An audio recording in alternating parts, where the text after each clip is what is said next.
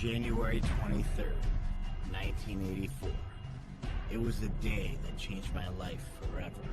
The muscle, the moral courage that built the greatest, freest nation the world has ever known. Ronald Reagan was our president, and there was trouble brewing in Iran. I was just a kid, but I knew who was behind it. His name was the Iron Sheik. Weighing 258 pounds, the Iron Sheik. They have a lot of hate in their hearts for this man.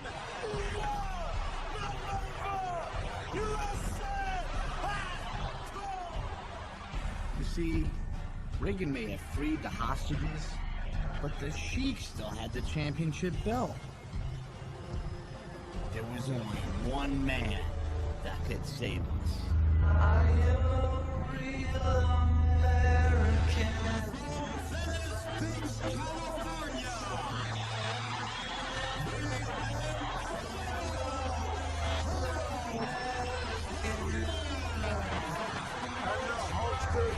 Rips off my shirt. With 3 minutes into the match, Hulk Hogan was locked in the dreaded camel clutch.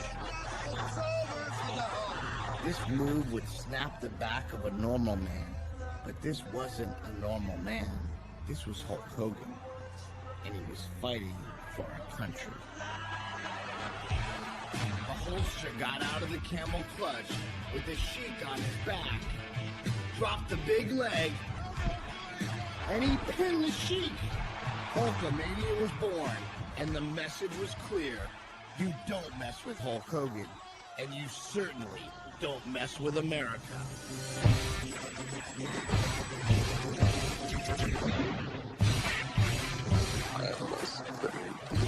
Look what happened to Ivan Drago. He tried to mess with America, and Rocky kicked his ass. And then when the Vietnamese were holding POWs, Rambo went in and he kicked their ass. And in the spirit of Rambo, let me tell you, we're gonna win this time. Then came Arnold Schwarzenegger, the ultimate ass kicker. I never saw Gone with the Wind or Casablanca, but I can tell you every line of every Arnold movie. Crush the enemy, see them driven before you, and hear the lamentations of the women. Dylan, you son of a bitch. And they go bam, and they're all oiled up, and their veins are popping out. Better, stronger, faster. I was just 12 years old, and there was an explosion of ass kicking in America. Like our Olympic athletes, we set our sights on the stars and we're going for the gold.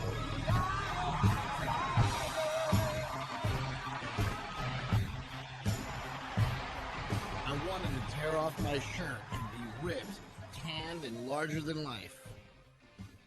But in reality, I was a fat, pale kid from Poughkeepsie. You see, I come from an overweight family. My parents were always a little on the heavy side. I couldn't ask for a better mom. She did everything for her 3 boys. We went to church 3 times a week, and she even taught Sunday school. My dad was always there for us too, and he even coached our Little League teams. I loved my dad, but he was never really my hero. I didn't want to be like him. I wanted to be like Arnold. Problem is, I was always too small, too short. People would say, "Hey, Little Bell, what's up, Little Bell?" And I didn't want to be Little Bell. I wanted to be Big Bell. My older brother Mike was a little chubby, and every morning when he went to school, he'd get on the bus, and the kids would call him Pugsley. He didn't like that too much, so he beat some of those kids up. That's where he got the nickname Mad Dog. Mark was the baby of the family. He had a hard time in school. He was separated from his friends and put in a class with the special kids. It didn't make him feel very special at all. He hated school. So he spent all of his time playing sports. He'd come to the dinner table dripping with sweat. Mad Dog and I nicknamed him Smelly. So I was the short kid, Mad Dog was the fat kid, and Smelly had a learning disability. Okay, I get it. We're never gonna make it, right? But for us, we knew muscles were the answer, and the Hulkster showed us the way. Train, say your prayers, eat your vitamins, be true to yourself, true to your country, be a real American. So we started training in the basement.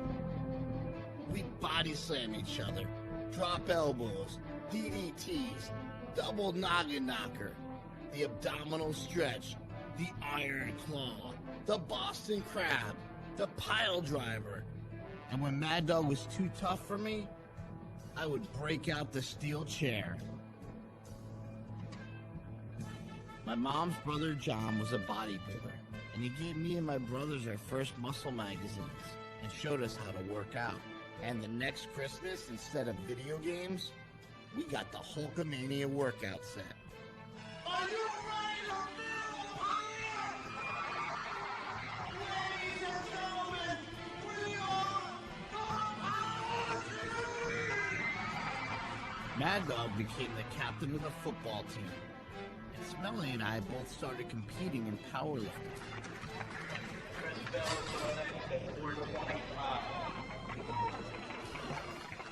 Soon I was the strongest kid in my high school. Then I broke the New York State record, and that's when I first got accused of using steroids.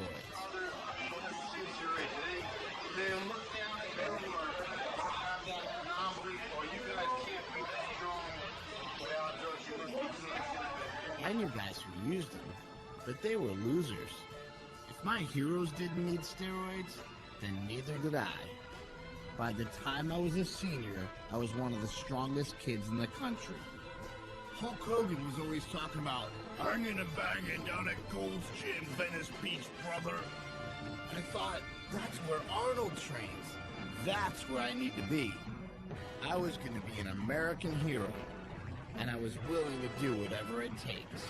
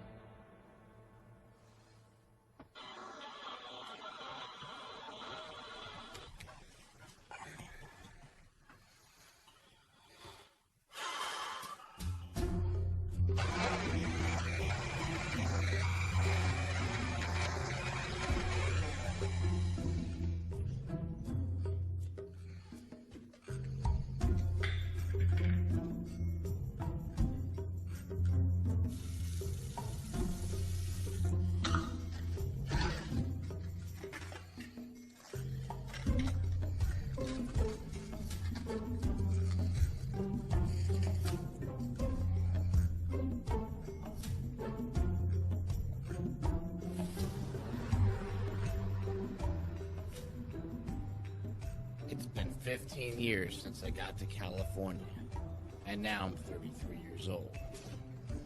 When Arnold was 33, he had already won the Mr. Olympia 7 times.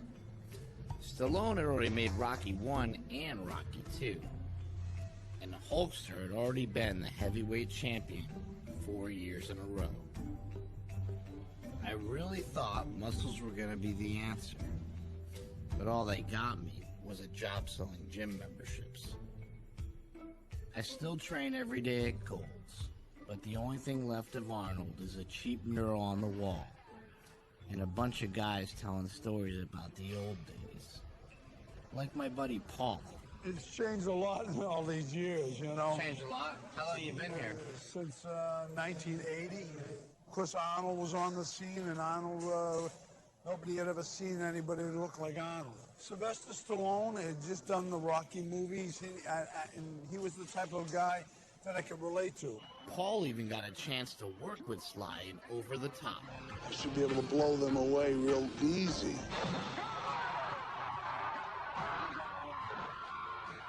I couldn't believe the dream was coming true. And did you get a chance to do it again? No, but I'm hoping to get back in shape to be able to make that a reality. You can be on the street one day, and you can be in a penthouse the next. Anything's possible. This is my humble abode. Your humble abode right here? Yeah, it's, So do you actually live in the van? I actually live in, well, I sleep in it. Let's put it this way, yes. You should sleep in it. Yeah, And then you train over here. I train here, yeah. You would see vans like this. Guys who come from all over the world, sleep in their cars, this and that, anything to get a chance to train at Gold's Gym, because we had something special here. What would you say to people that say, like, you know, the dream's over, man? You're 50 years old. Like, Yeah. What would you say to those people? They're the ones that are short-sighted. Now, in 6 months, I can still be in the van. But if I can outlift everybody, I can out-squat them, out-bench them, out-deadlift them, who's the king? Guys like you and me can fulfill our dreams. We can train. Game ain't over. The sun is shining. And it ain't over. Is that going to be me in 20 years? I did everything my heroes said. I trained, I said my prayers, I ate my vitamins. Where did I go wrong?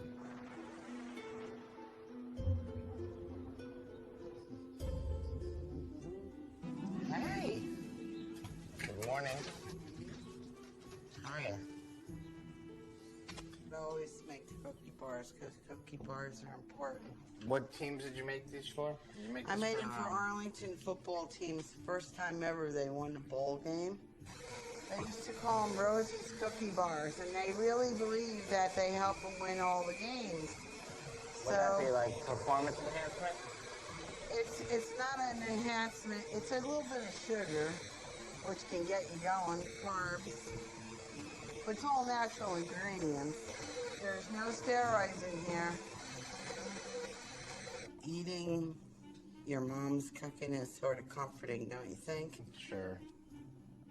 Things change, but the cookie bars remain. That's for sure. My mom likes to think that the world is as pure as her cookie bars. But life isn't always like that. And a lot of things we grew up believing ended up not being true. First, I found out there's no such thing as Santa Claus or the Easter Bunny. That kind of sucked. Then I saw this news report. The Iron Sheik had been arrested recently, along with wrestler Saw Jim Duggan, while driving along the Garden State Parkway. The Iron Sheik was charged with possession of cocaine and marijuana. What has interested most wrestling fans in this case is that the Iron Sheik and Hacksaw are known to be adversaries. So why were they traveling together? Yeah, I thought these guys hated each other.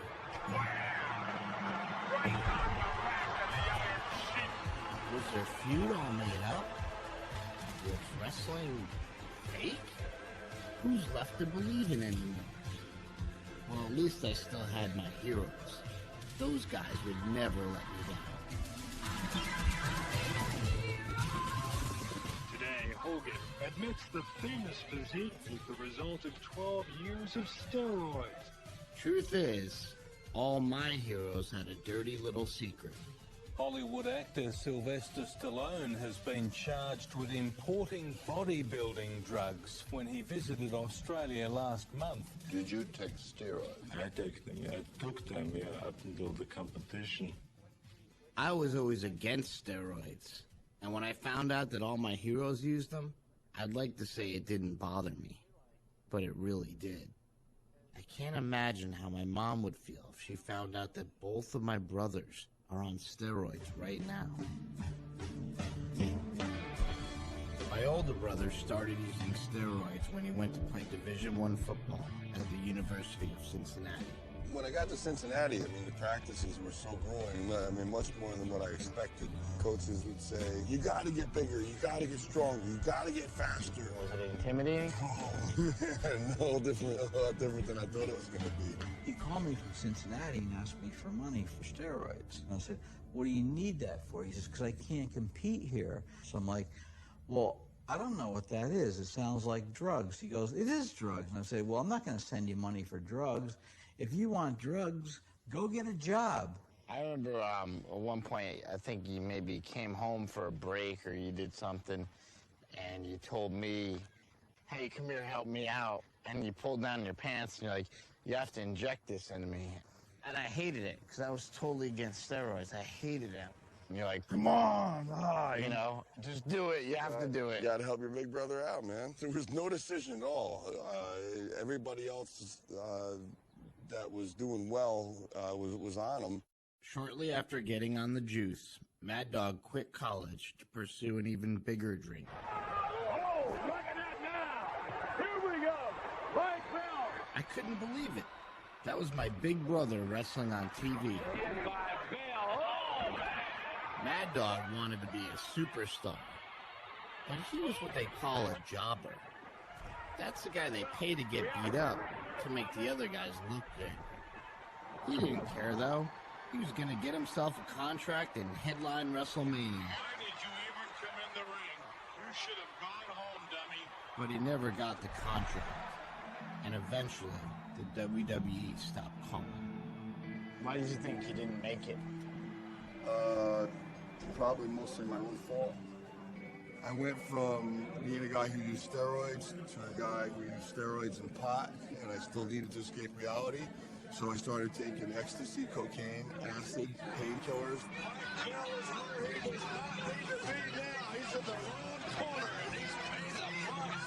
Mad Dog always told me that he'd rather be dead than average.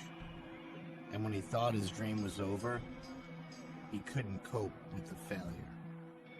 So I had a bottle of liquid lead, a bottle of NyQuil, and like 4 boxes of sleeping pills. Went down to the river, down by the railroad tracks, parked my car, took everything. And he had to walk into he tried to walk into the He was Hudson River. So did you take all the sleeping pills? Everything. And the lead There's additive? no way I should be alive right now. There's no way. It's 10 years later, and despite everything that happened, Mad Dog is still trying to get that contract, trying to keep the dream alive. I've been all over the world, from Singapore to Louisville, and it doesn't matter. You line them up, I'll knock them down. I can see why you never made it. It's all right. Mad Dog used to wrestle in front of a television audience of 10 million people every week. But tonight, he's wrestling at the Portuguese Men's Center in front of 200 people for about $50.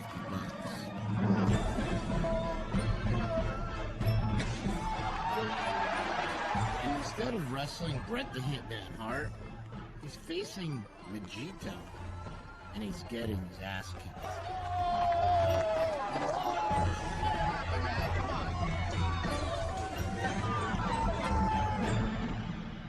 My baby brother Smelly was always trying to keep up, and despite everything that happened to Mad Dog, he followed in his footsteps anyway, becoming a pro wrestler and using steroids. The reason I decided to use steroids was simple. I just needed to get bigger. That was pretty much it. But unlike when Mad Dog started using steroids, Smelly had a wife to consider. When you got married, did you ever think that your husband would be injecting himself with something? No, I mean, that didn't even enter in my conscious thought. When I first met him, he was against steroids. I mean, he was just like, you don't need to do it. I've never done them. I just don't believe in them. I was pretty upset about it because I didn't want it to come to that. I was kind of scared. I didn't want to inject this oil into my body. I thought I was just, I thought I was weird. He's not a huge guy, he's 6 feet if he's lucky, and so I knew that it was definitely going to help because, you know, that's what it does, what steroids do. So make you bigger. She basically said, do what you need to do. Here's Jake with the daddy. After their son was born, Smelly decided the life of a pro wrestler was not exactly what he wanted anymore. Here's my little Jake in his swing. You know, looking back on it, I don't really know what the hell I want. Having a contract means that you belong with WWE and you have to travel. I was married with a kid. I mean, that's really all I need. A house, a kid, and a wife. That's it. 1, 2, 3. They settled down in the suburbs, and Smelly even opened up his own gym. Yeah, my little brother gave up the wrestling dream for a respectable family life. But he didn't quite give up everything.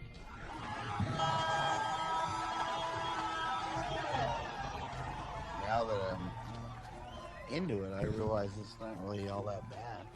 I love steroids. I mean, I think I'll probably be on and off them probably forever. This is what you train for. This is what you do. Come on. I thought that we had an agreement that he did it for wrestling. Now he's not wrestling anymore, so naturally I thought he would just stop. In my mind, there's no excuse for not being as strong as you possibly can be. And do what you gotta do to win. Come on, Chris, let's do this now. Let's give it up for him. It's a lot of weight. There it is. Come on now.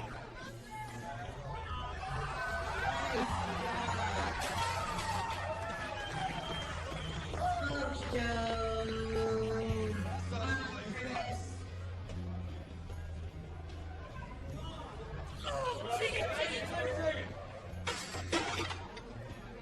Nice try, Chris. Nice try. If you are apprehensive about taking a steroid or you're apprehensive about trying some new methods, then maybe you're not cut out to be a champion. I guess I'm not cut out to be a champion. Because I tried steroids, but I felt so guilty I had to stop. You're gonna win worse over at lifter. And now I can't even compete in the sport I grew up loving. I mean, my baby brother just beat me by 130 pounds. We all grew up in the same house. So why are my brothers fine with steroids, but I'm not? What would you say the differences are between the three? Between the three? Yeah. Well, I always kind of say it like this. You were in the middle of two guys that were very strapping, athletic, and you were tiny and short in stature. So I worked extra hard to make you feel extra special. One day I took you in your room out, and if you remember this conversation where I said, Christopher, what's the best part of an Oreo cookie? What is the best part of an Oreo cookie? The middle. The middle. That's right. So even though you have two sides of a cookie on this end, the middle part is the most delicious. Everybody wants the middle. They even made double stuff. Yep, this is pretty much how it was growing up. Mom stayed at home with the kids while Dad wore a suit and tie and went to work. He was at IBM for 20 years until he was downsized. But now he has his own business doing taxes. Everybody thinks that success in America is the amount of dollars that you have, and that's not true. The real true heroes are people who go to work every day and do their job and bring up their kids to the best of their ability. I wanted to be Hulk Hogan. I wanted to be Arnold. I wanted to be Sylvester Stallone. Did you have heroes like that growing up when you were a kid? Yeah, we did.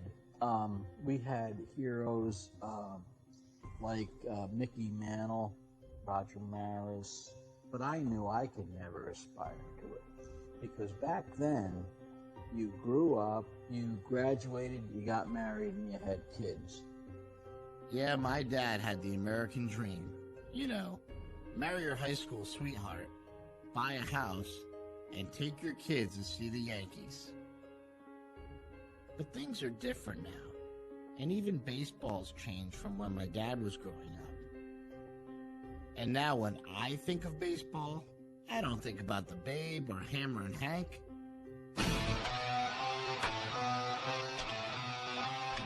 I think of steroids. This one is a monster. After the strike of '94, baseball was almost dead. But then Mark McGwire and Sammy Sosa started smashing home runs, racing toward the single-season record. You see, about 1,000 years ago, Babe Ruth hit 60 home runs in one season. And then when my parents were still kids, Roger Maris hit number 61. He was the home run champ for 37 years until Big Mac came along and crushed that record with 70 home runs, and baseball was saved. Mark McGwire, you have just broken the home run record. What are you going to do next? We're going to Disney World.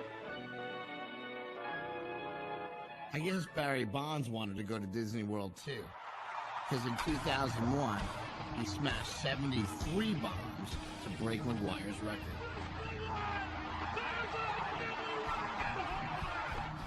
See, baseball players used to be scrawny, but now these guys were jacked, and it was cool. They started looking like pro wrestlers. If you were to construct a home run hitter in a lab, put him together, he'd look like that. Turns out that was kind of what was going on. The man with ties to some big-name athletes has been charged with providing performance-enhancing drugs to the pros. The guy with the pencil-thin mustache is Victor Conti. He used to be the bass player for Tower of Power. But when that career didn't work out, he did what any failed musician would do. He started selling undetectable steroids to athletes. Will you name names? Thank you. There will be a naming of names. Conti's files named over 250 athletes, including the home run king himself, Barry Bonds. And then something even crazier happened. Jose Canseco wrote a book. The surprise wasn't that he was literate. It's what he wrote about. He said he'd been taking steroids since '86, that 80% of baseball was on the juice, and that he'd personally injected his former Bash brother, Mark McGwire, in the ass. But why, Mr. McGwire? Do you want to know the terrifying truth? Or do you want to see me sock a few dingers?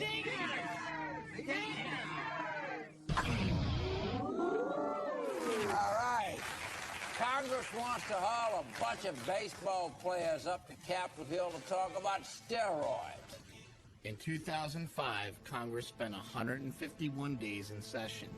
They spent 8 of those days debating steroids in sports.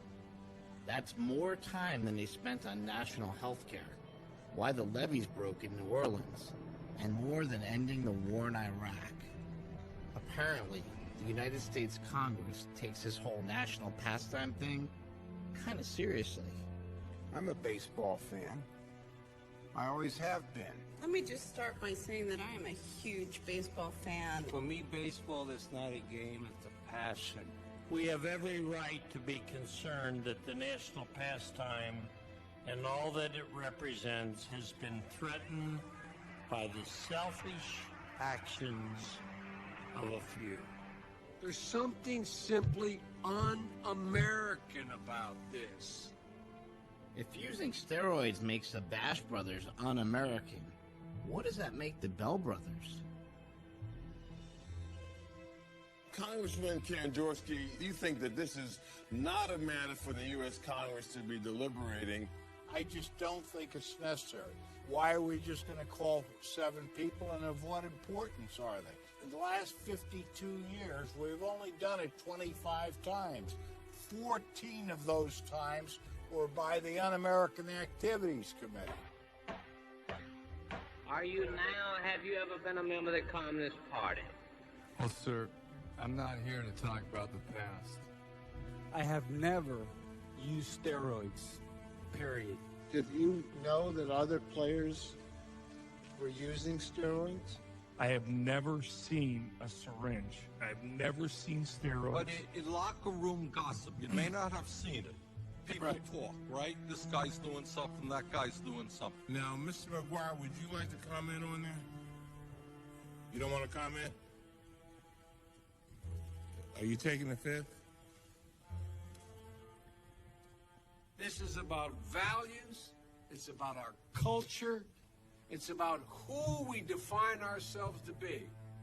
When we want to define to a foreign country what we're about, and you're going to show a film, what would you go show? Hey, how about Rocky IV?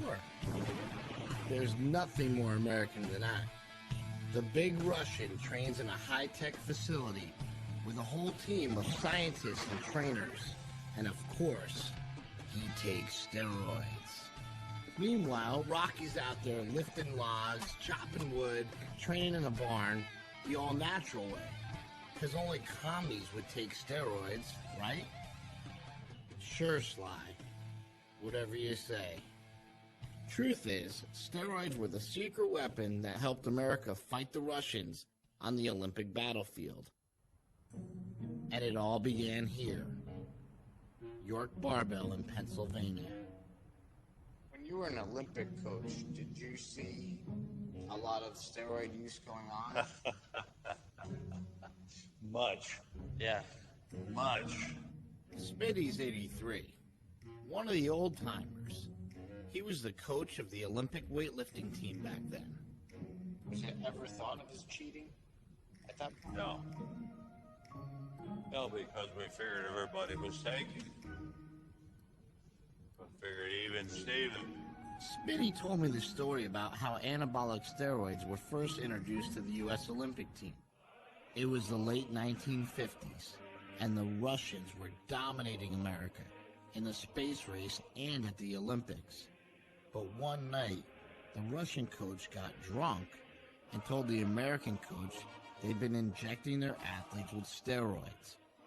The American coach raced home and developed an even more powerful steroid, specifically for Team USA. So if steroids actually helped America beat the commies, how did they get such a bad rap? Last week, former NFL defense lineman Lyle Alzado told NBC News that steroids were the cause of his inoperable brain cancer. How long were you on steroids? Most of my pro career. You know, I played 16 years. And it got me where I wanted, but also got me very sick. Lyle Alzado went from being the toughest son of a bitch in the NFL to being a sad, dying man. Everything I saw on TV taught me that steroids kill. Some alarming news about steroid use tonight. A drug bust in Phoenix, Arizona. Not for heroin or cocaine, but for something just as dangerous. Health damage from steroids can include heart, joint, and reproductive problems. This is a drug that kills. But what happens is these retarded idiots that give us the news, these talking heads that babble on TV, give us this rhetoric that comes from not one single expert. And they say ridiculous things like steroids will kill you, they'll rot your kidneys, they'll give you cancer, they'll do all these horrible things that are just not true. John Romano is the senior editor of a bodybuilding magazine, and he disagrees with what his media colleagues think of steroids. Well, how come we hear constantly in the news that people are dying from taking steroids? Show me the bodies. Lyle Alzado. Lyle Alzado didn't die from steroids. I trained with him for 2 years. He didn't die from steroids. I know he died from a brain tumor. I don't know of any of my colleagues that link his central nervous system lymphoma to his use of steroids. Dr. Charles Esalis has published over 70 articles on the use of steroids, It is one of the top experts in the world on drugs and sports. Are steroids killing people? Good question. They've been used in medicine since the late 1930s. I hope we haven't been purposely killing people. Can they be used safely? Yeah. These drugs are a boon in the medical profession. They're a miracle drug for people with, muscle wasting. They are, a miracle drug for burn victims, for cancer patients, people recovering from surgery. And for people with AIDS, like Jeff Taylor. Jeff has been fighting HIV for 25 years, and he says steroids saved his life. Back in '92, I was down to 2 T cells and very sick. I developed PCP pneumonia. Both my lungs collapsed. I almost didn't make it. I came out of the hospital weighing 125 pounds. So I started researching and found a clinical trial in LA. It was studying Anavar, an old bodybuilding drug, to test how it worked in people with HIV. So I signed myself up, got a fairly high dose, and responded amazingly. I gained 30 pounds in 6 weeks, and I gained 300 T cells. So these drugs have cognitive powers. If you're sick, they'll help you. If you're a healthy athlete, they'll kill you. How can you say that steroids are a national public health crisis when you have people dropping dead at a rate you can measure by the minute as a result of alcohol and tobacco? According to the CDC, tobacco kills about 435,000 Americans every year. Alcohol kills about 75,000. And deaths from anabolic steroid abuse, 3. But steroids also show up in some other statistics, emergency room visits. But it's not exactly number 1 on the list. That would be alcohol. Or number 2, that's cocaine. Or number 3, that's marijuana. Gotta be top 10 though, right? Not quite. How about top 25? Top 100? Keep going. Try number 142. That's even after multivitamins. Education is important, but what you have to watch out for is embellishing. If you look at reefer madness, it cause you to be a stark raving, murdering lunatic. Very funny to watch because it goes so over the edge. The next tragedy may be that of your daughter, or your son, or yours. Physicians and sports scientists have done that with the best of intentions in this area. Oh, steroids are going to cause you to drop over dead in your tracks and so on. And the athletes are looking around and say, geez, I haven't seen that many guys die. Are steroids killing people? Steroids clearly are killing people, both in the short term and in the long term. Dr. Gary Wadler is an advisor to the World Anti-Doping Agency and the media's go-to guy when it comes to steroids. We know it's been associated with stroke in young people, for which there was no other obvious explanation. We know it's been associated with heart attacks, for which there was no other obvious explanation. We know it increases clotting. What bothers me is people like Dr. Gary Wadler, who's a physician, and going before Congress and saying these things. And when confronted, please produce a single article that shows any of this in any scientific way. Can't do it. Dr. Norm Faust is a professor of medical ethics with a research focus on performance-enhancing drugs. I'm not denying that there aren't some serious adverse effects from anabolic steroids. It's just that we haven't been able to demonstrate any of them. Maybe that's because we don't study them. One of the problems with the ban on steroids is that it's impossible to do the kind of research that would answer these questions. Some purists would like to see those studies done. Well, I can assure you they never will be done. It'd be totally unethical study to do. So we have to use the information we have at hand.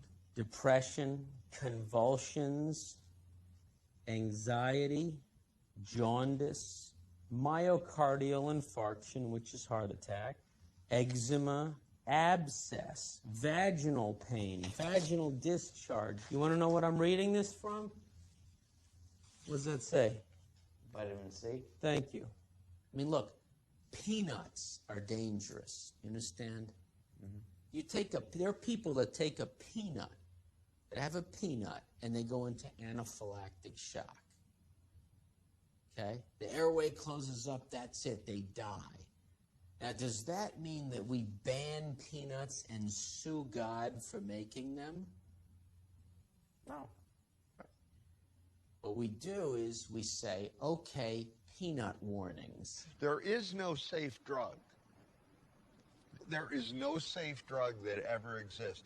There's always a benefit to risk ratio. You name the drug, X% of people will suffer adverse effects. Do you feel any side effects ever? Yeah, I've had some side effects: acne, hair growth. Some side effects that I've had are. What do you mean by hair growth on your head?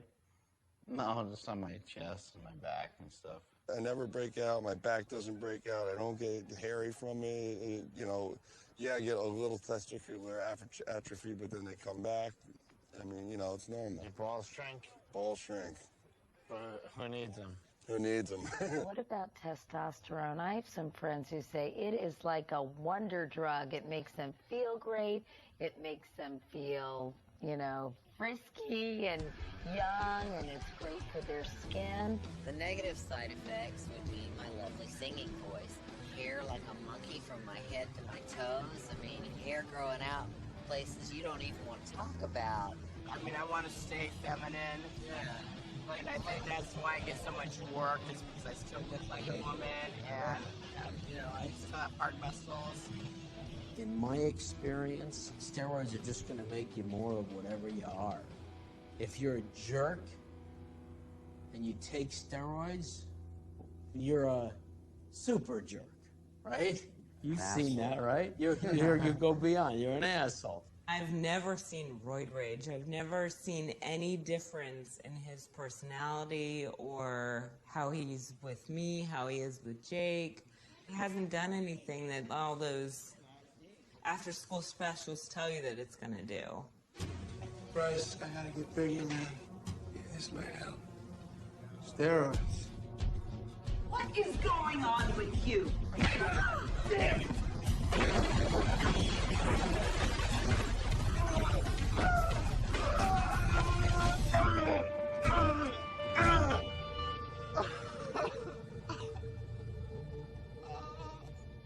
While I was visiting my brother and his family, they told me they were thinking of having another child, but that another possible side effect of steroids was on their minds. If you couldn't have another kid, would it be something that you regret because you did steroids?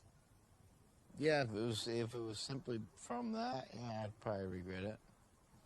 But there's a lot of things people regret in their lives, so I'm not, It's a decision I made, and it's a decision I'll have to live with, whatever the consequences are.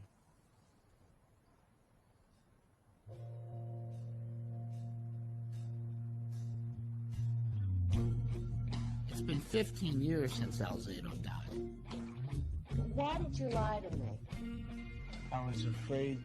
Looking back on Maria Shriver's interview, I can't help but wonder, why wasn't she asking the real questions?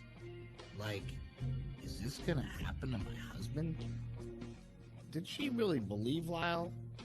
Or was this just the beginning of the steroid myth?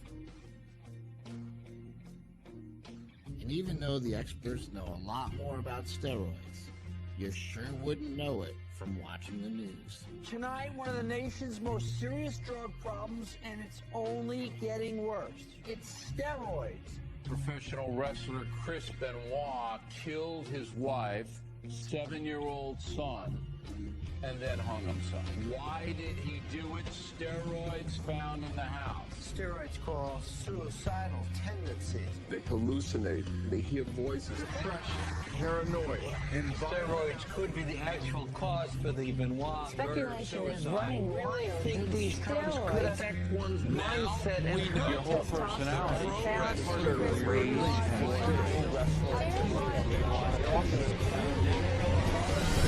Let's cut through the crap. This is Steroids 101. First of all, the term steroids is often misused to describe any performance-enhancing drug, when in fact, many of these drugs are not actually steroids at all. So what are steroids? Well, steroids are synthetic versions of hormones that your body produces naturally. Like cortisone, that's a steroid. It signals the body to break down inflammation. Birth control pills are steroids too, made from the female sex hormones, estrogen and progesterone. But the steroids that get all the negative attention are anabolic steroids, made from the male sex hormone testosterone, which tells the body to increase muscle size and strength and helps you recover from workouts faster. Like any drug, anabolic steroids do have side effects, and if you abuse them, the side effects will be worse. For men, they can cause acne, hair growth, raise cholesterol, shrink your testicles, and lower your sperm count, which could even make you sterile. But all these side effects are reversible when you go off the drugs. Otherwise, steroids don't cause baldness, but if it runs in your family, they might make you go bald faster. And they can also cause gynecomastia, or what the gym rats call bitch tits. For women, in addition to acne and hair growth, steroids can cause a deepened voice, menstrual problems, and can enlarge the clitoris. And some of these are not reversible. And for kids, some experts think steroids can stunt growth by closing growth plates prematurely. But that's actually never been proven. There's also no proof that steroids cause cancer, kidney failure, and only oral steroids in high dosages can cause liver problems. And it's true that steroids may be one of 1,000 risk factors that could lead to heart disease. But then again, low testosterone is another big risk factor. And roid rage? Steroids can increase aggression, but that only happens in about 5% of the population. And even then, they can't make you psychotic. And as for the long-term side effects, we don't know. No one's ever done those studies. At what point do we say that a behavior is such that people just shouldn't be allowed to engage in it? I mean, we do allow people to do lots of things that can hurt themselves. America's new junkies, plastic surgery addicts. I've had like my eyes done, rhinoplasty, chin, cleft, pectoral implants, bicep implants, buttock augmentation, and those are the ones I can remember right offhand. Common sense tells you this is dangerous and foolish. You wouldn't risk your neck in a trick like this. Common sense tells us that being shot out of a cannon is dangerous business. Handling dynamite. This too looks dangerous. Whether it's bungee jumping or skydiving or black diamond skiing, all of them are fun to do, but would subject one to tremendous risks with no real necessity. So if we allow all of those other risks, why is it that we're taking this position with respect to anabolic steroids? And it's a fair start. And an agreement 1988, Seoul, Korea. A Canadian sprinter, Ben Johnson, defeated his arch rival, Carl Lewis, in the 100-meter sprint become the fastest man in history. We sure got our spirit up. Just great. Hey, Denny! But 24 hours later, he tested positive for steroids, and they gave the gold medal to our guy, Carl Lewis. There was a international uproar over the idea that this Canadian sprinter had gotten an advantage based on his use of an anabolic steroid for its performance effect. And Congress responded by holding some hearings. Ben Johnson would not have been in the finals. He probably would not have been on the Olympic team had he not taken steroids. Congress wanted to pass a law that would control steroids the same way as drugs like cocaine and heroin. And they called experts from the DEA, the FDA, and the American Medical Association.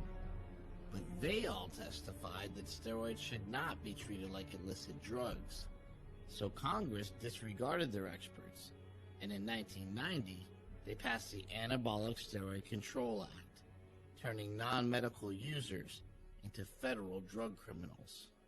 This wasn't so much about health effects. It was really on what these things do that's good, in the sense that they build muscle. They improve the way that people can perform. And that, in a sports context, was seen as the ultimate evil.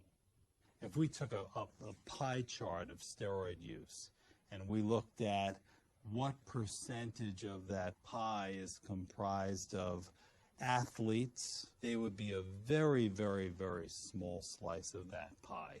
The overwhelming majority of the pie is comprised of the recreational gym rat who's doing it purely for cosmetic reasons. The irony is that we've addressed a sports cheating issue by creating a law that affects all the folks who aren't cheating in sports.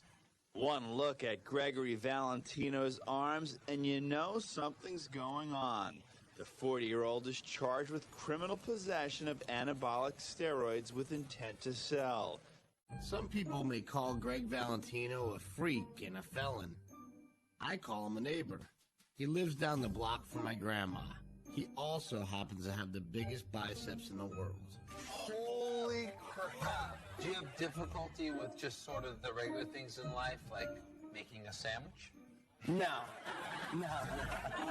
I can hit a 90-mile-an-hour fastball. Anybody want to challenge me? Let's do it. I'll show you. Watch this. Oh! Oh! Come on, Greg. Oh, fuck. Told you I'm no Barry Bonds. I'm a red meat man. I eat a lot of red meat. Why do you think people in America are so uptight about steroids and steroid users? Because they fear. They fear what they don't know. You know? That's ugly. Who the hell would want to look like that? You know what I mean? I don't want to look like that. Why'd you want to look like that, then?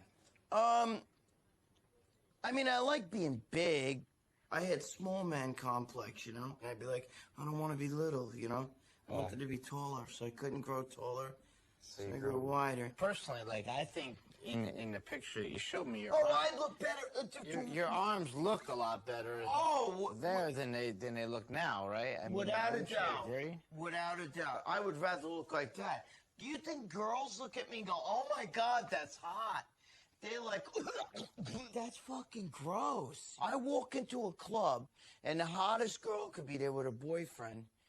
And her boyfriend will see me and mush her in the face to get over to me just to say to me, like, dude, what the fuck? You're getting attention from the guys, not from the girl. Oh, I don't give a shit. It's attention, you know what I mean? I can't explain it to you. It's like a mindset.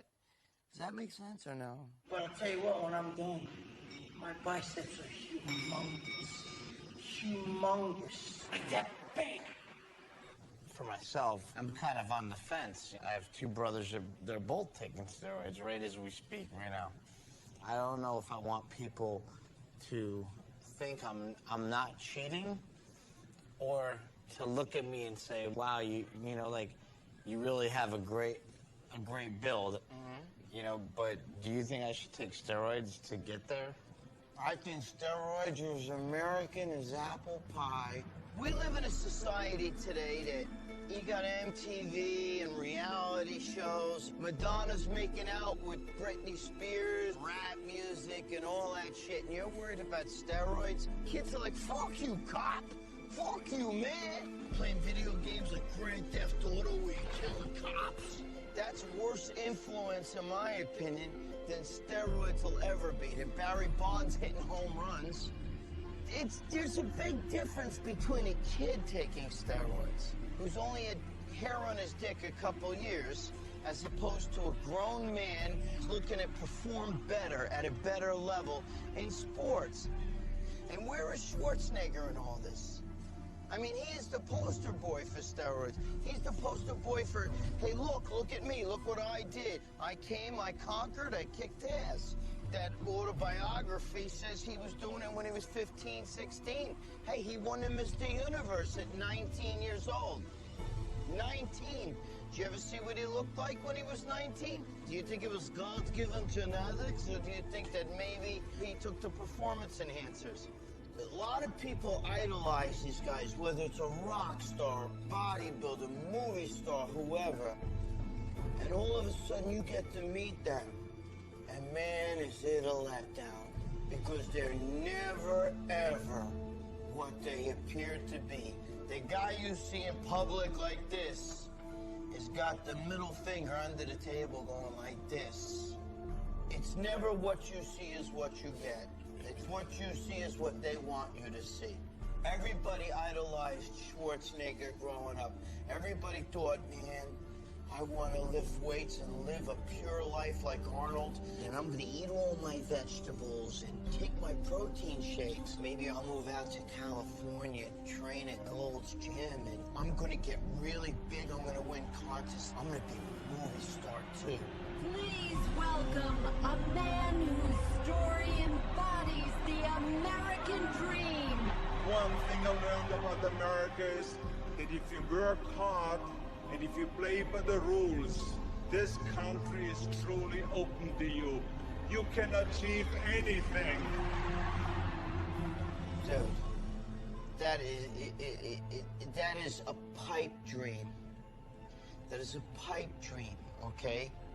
To get where Arnold got in life, you have to be willing to step on a few fingers and step on a few friends and fuck a few people over. You don't get to that level without that. In this world, you're either the barracuda or you're that little minnow swimming around like this. And Arnold's the barracuda. And we all exercise a little bit together with the dumbbells. Come on now. Let's do some presses here. In the same year that George Bush Sr. signed the Steroid Control Act, he also made Arnold Schwarzenegger the chairman of the President's Council on Physical Fitness. So, I'm confused. Was the president saying that a former steroid user could still be a role model for kids? You gonna exercise? Yeah! You gotta pump up muscle! Enter Steve Rogers. Too puny to be accepted by the Army, but willing to risk death for his country. He's changing right before our eyes. Suddenly, it is over. And America has a new champion. Why do you think in America superheroes are so important? People need heroes, whether in real life or in fiction, because they need somebody to inspire them, something to aim for, somebody to try to be like. I think any boy would want to be built like Arnold Schwarzenegger. Did you ever want to be big and muscular like that? I wanted to be a little, when I go to the beach, I used to wish that my arms were a little stronger, you know. I looked more like the 98-pound weakling. Did that ever inspire you, that Charles Atlas comic strip? Did that inspire some It of your inspired characters? everybody. Let me teach you how to become strong.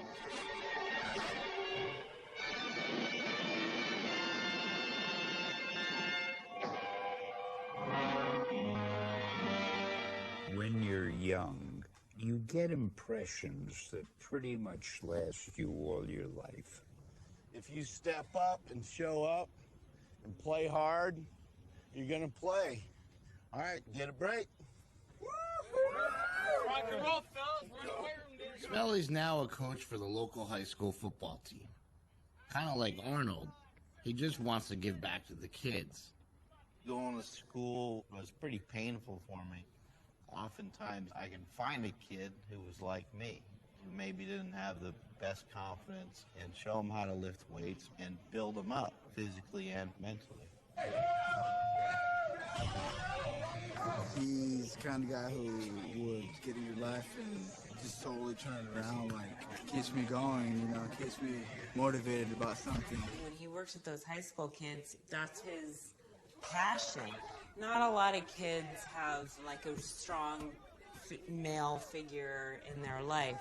I mean,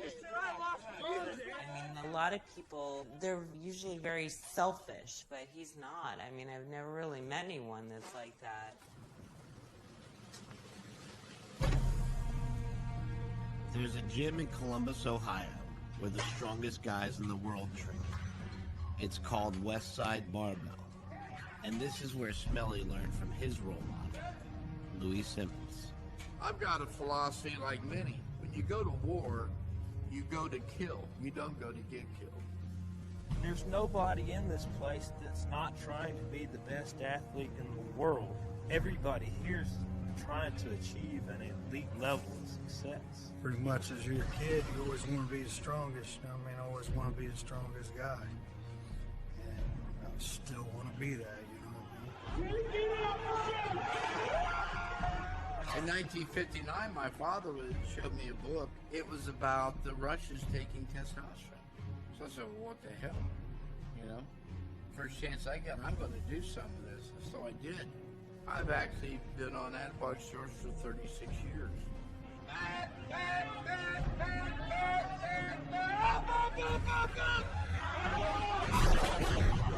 Is it something I should be morally battling, or, like, should I be fine with doing it? Your morals are your morals, not mine.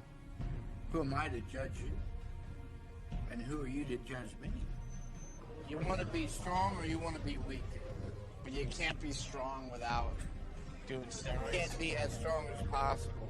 If you want to reach the top, you're going to have to do it. Everybody thinks anabolic steroids is an easy way out. The people that train for anabolic steroids train way harder than people that don't. Regardless of what people think of Barry Bonds, you can't take a bottle of testosterone, put on Barry's baseball uniform, and make him hit 700 home runs. Barry's got to go out, train, and hit 700 home runs. But what if a scientist came up with something better than anabolic steroids? You see cows, you see immense, powerful cows that they basically have changed their genes. If they could change your genes, would that be illegal? What would they do then? It just ban sports in general? Oh, my Lord.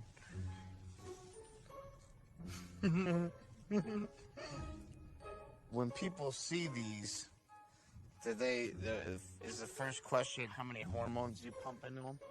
Well, it's two comments. One would be, oh my gosh, what did you do to that thing?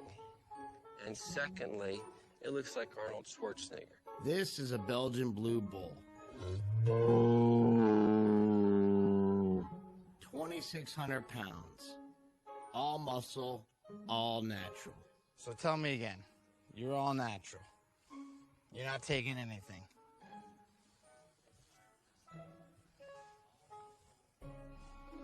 Dude, I think you're ready for Congress. He has a genetic mutation that allows him to grow double muscle. And scientists have figured out how to genetically alter humans the same way. Dr. Lee Sweeney is using this technology to try to cure muscular dystrophy. It's obviously going to become more and more evident that, what we call talent is, really genetic variation. There's genetic enhancement available that might be able to, give you what nature didn't give you. trying to figure out how to do it in the safest way is something that hasn't been worked out. If you find out that it's safe, you know, would you be somebody who would say, "Hey, I'll do this"? Yeah, I'll be first in line. Because it seems like this is the future of sports gene doping. Gene doping, yeah. I wouldn't do it. Will gene doping ruin sports in America? I don't think so. I mean, I think anytime there's a new technology, everyone says, okay, we have to stand back and think about what this is really going to mean to society. And I think that's the debate we will come to in the coming decades. Good sportsmanship. You know what that means? Play fair. When I was a kid, cheating was pretty clear-cut. Like when the $1 Million Man hired the referee's evil twin brother to cheat the Hulkster out of his title. You know, cheating in other sports wasn't all that different. Remember when Joe Negro was caught scuffing the ball with an emery board? Something came out of his pocket. Or what about when the Patriots were playing the Dolphins and they hired an ex-con to clear a spot in the snow for the field goal kicker? You can't do that. I think it's the most unfair thing that I've ever been associated in. Or like when Rosie Ruiz won the Boston Marathon. The mystery woman winner. We missed her at all our checkpoints. Why take steroids when you can take a bus? And who can forget when Tanya Harding hired a goon to take out Nancy Kerrigan's knee? I guess if you can't beat him with a lead pipe. But somehow, steroids seem kind of different. I thought in undergraduate school and in college I was a pretty good athlete. But I find myself angry in my gut. Because these are the same guys who would have taken me out. Not because they had more God-given natural talent than me, but because they enhanced with artificial means. If using steroids is cheating, seems like a whole bunch of other stuff should be cheating too. Take Tiger Woods, for example. He had LASIK eye surgery, and now his vision's 20/15. That's better than perfect. My eyes are stable, my game's a lot better. I feel pretty good coming in. In a game that relies so much on depth perception, wouldn't superhuman vision be a performance enhancement? Then there's cortisone shots. They helped Kurt Schilling win the World Series, and those are steroids too. Truth is, corticosteroids can have worse side effects than anabolic steroids, but they're used in sports every day. He had a 20-minute cortisone shot after Monday's match after his back tightened up. Here's an even more confusing example. Floyd Landis claims that he did not take steroids to win the Tour de France. Truth is, I didn't use testosterone like I'm accused of doing. I didn't cheat. I didn't do anything outside of the rules. I won the Tour clean, and I deserve to win. I'm proud of it, and I always will be. But he did sleep in his own altitude chamber. I got my altitude chamber out by the garbage these days. So you made this? Yeah, it's not actually that hard to make. I didn't make the pipe. I just got the pipe from some construction site when they were putting in a water main. Is the result pretty good? For me, it makes a difference, yeah. And how long do you stay in here for? Sleeping there all night, I don't know, 6 or 7 hours. Is your wife like, what Yeah, are you doing? I'm going to go sleep in the chamber? She hates it. So you just climb in there? Yeah, you want to try it out. You won't have a monitor in there, but I have it set to like about 13,000 feet. See, sleeping in an altitude chamber produces a lot more red blood cells, which means more oxygen in your system, which means more endurance for a cyclist or a long-distance runner. There are 4 ways to increase your red blood cell count. You can sleep in an altitude chamber, like Floyd, or you could just train at the U.S. Olympic Training Center at 6,000 feet in Colorado. Then there's blood doping. That's when you draw your own blood a month before the big race, then re-inject it the night before. Finally, there's a drug called EPO, which simply tells your body to produce more red blood cells. So that's 4 ways to do the exact same thing, but 2 are allowed and 2 are cheating. You done yet?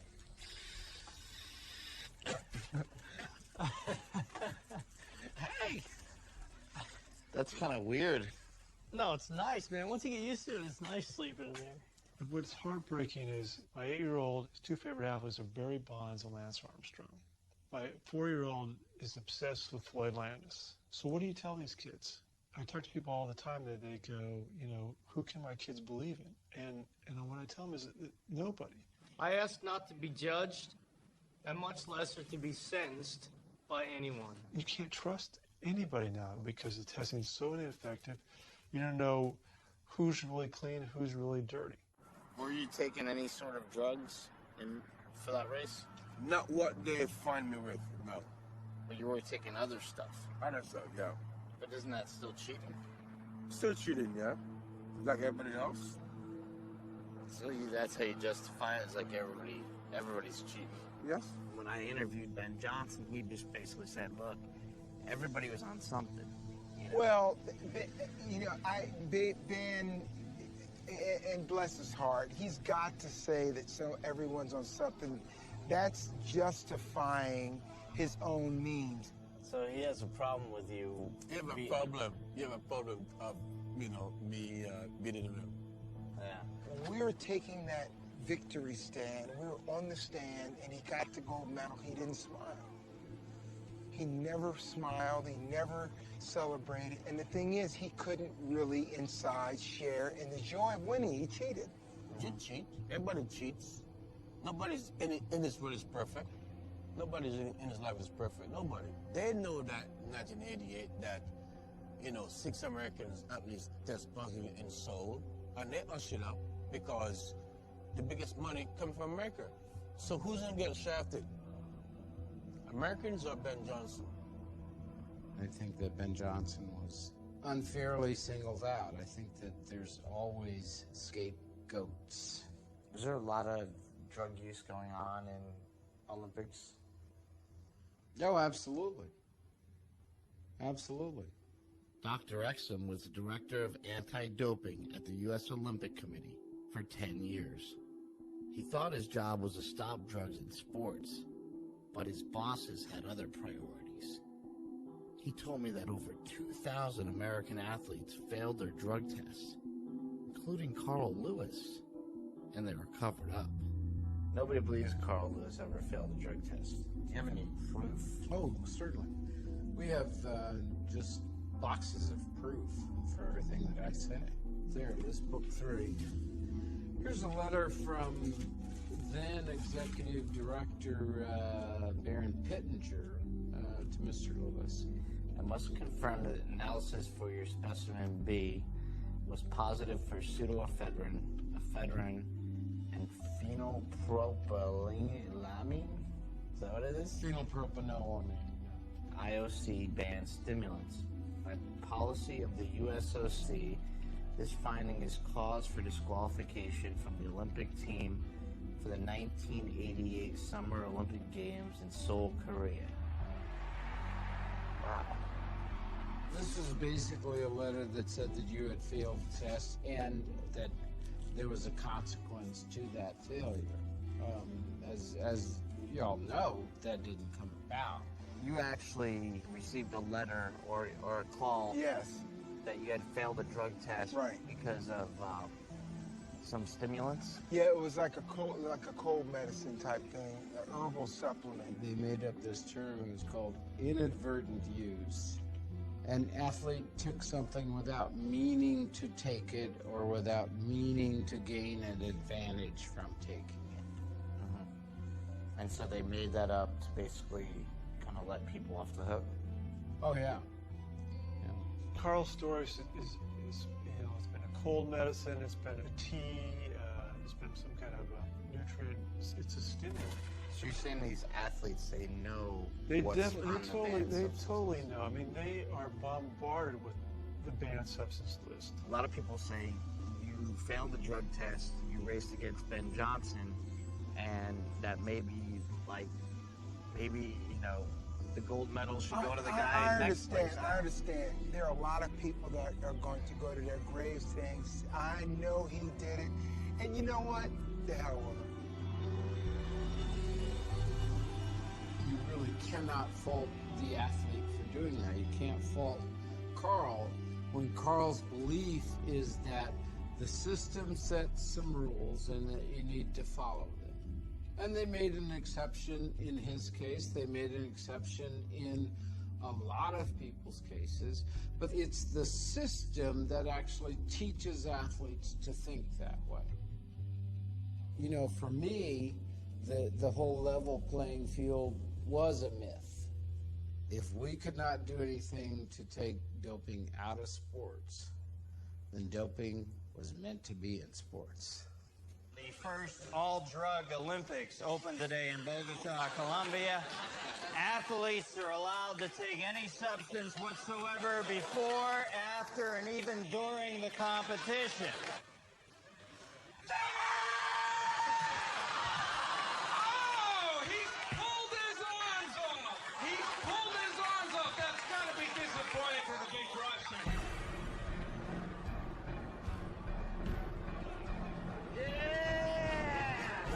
What has made every major sport multi-billion-dollar entities? Well, after you distill it all down, it's the desire of the customer, the fans that fill these seats and others, to see bigger-than-life people doing bigger-than-life things. What do you think about athletes using steroids in sports? Steroids? I love it if they're on my team. I think it's totally wrong. Totally wrong. Where's the facts? Throw them out. I ain't cheating. You kidding me?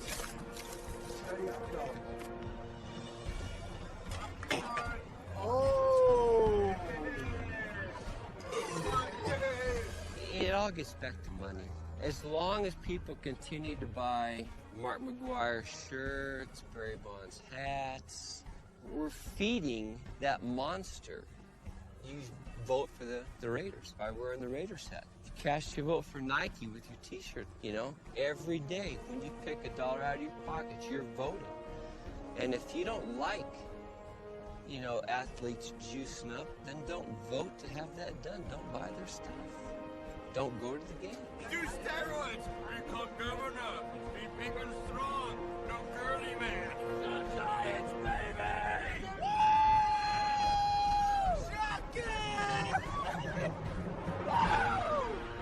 Since the steroid scandals broke, sports revenue has gone through the roof.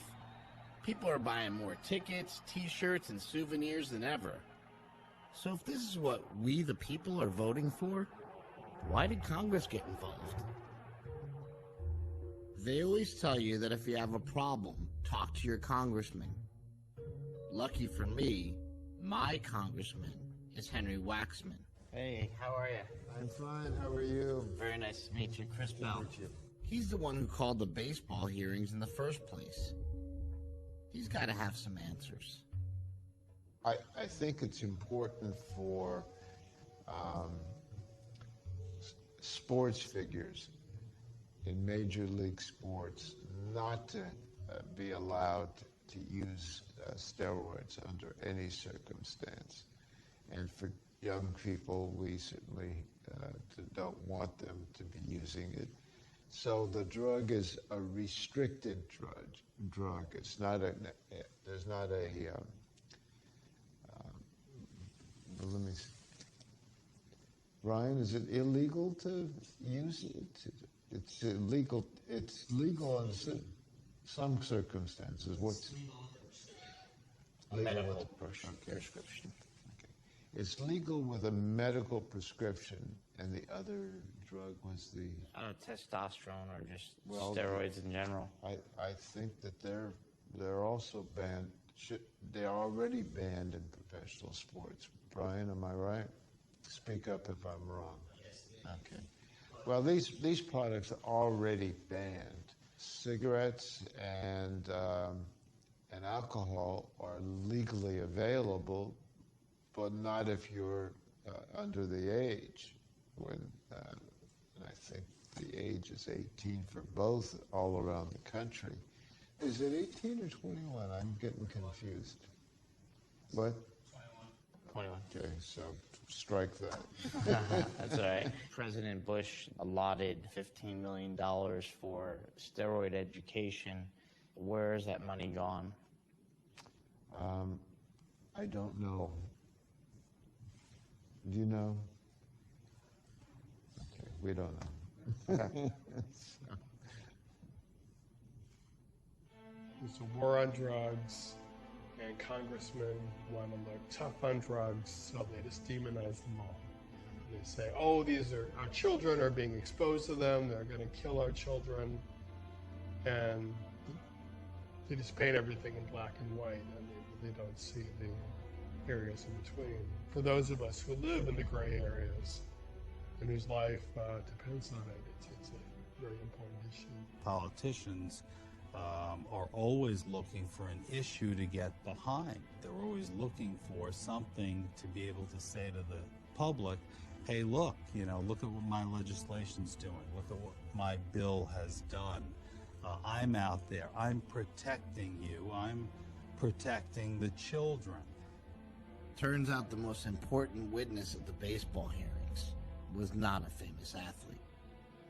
Taylor Hooton was a 17-year-old kid who committed suicide, and his father blamed steroids. I believe the poor example being set by professional athletes is a major catalyst, fueling the high usage of steroids amongst our kids. And parents across America should hold you accountable for behavior that inspires our kids to do things that put their health at risk and that teaches them that the ethics we try to teach them around our kitchen table somehow don't apply to them. Please help us to see that our children's lives were not lost in vain. You have the power to do something about it, and we're counting on you to do so. Donald Hooton coming in and putting a human face on it was more powerful than the statistics or any of that stuff. On average, 5,000 kids a year commit suicide in America, and most parents never know exactly why. I wanted to find out why Donald Hooton is so sure that the answer could be as simple as steroids.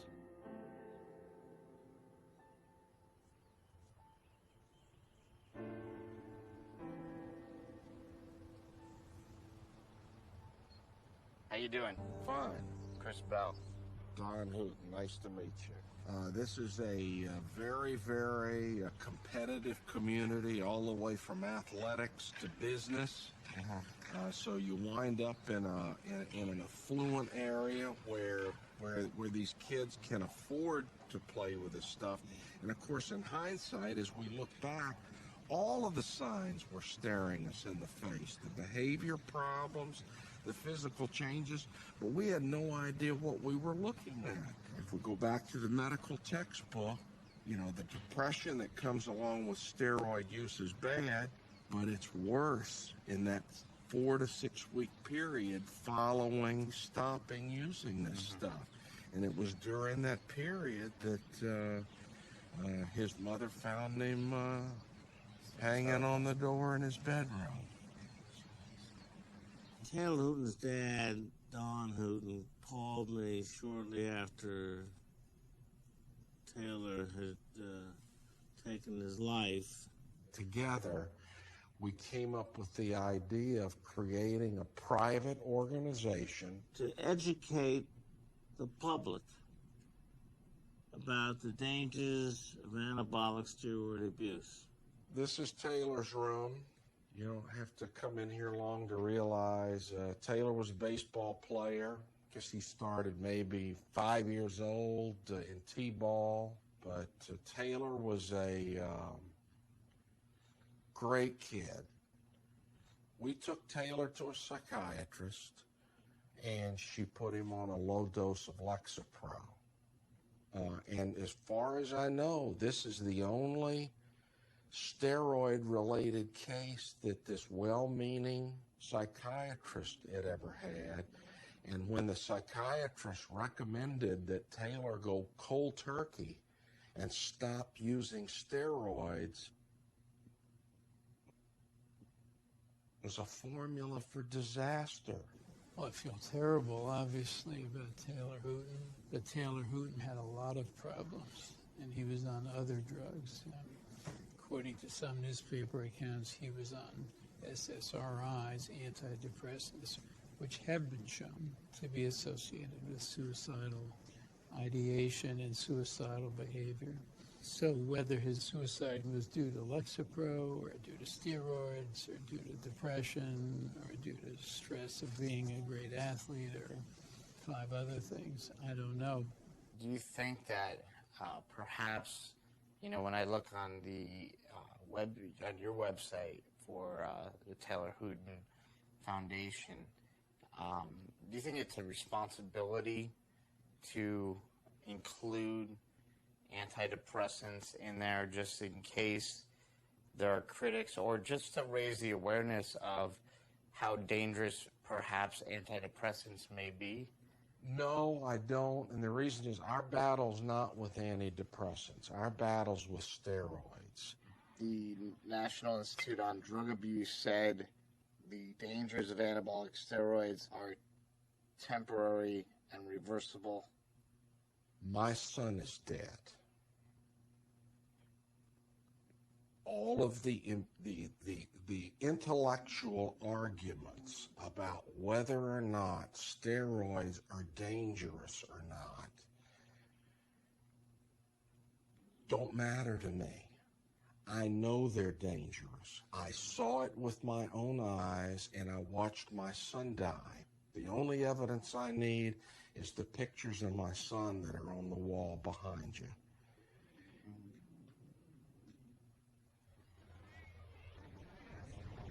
Look, I have a son too, and the last thing in the world I could ever imagine doing is burying that kid.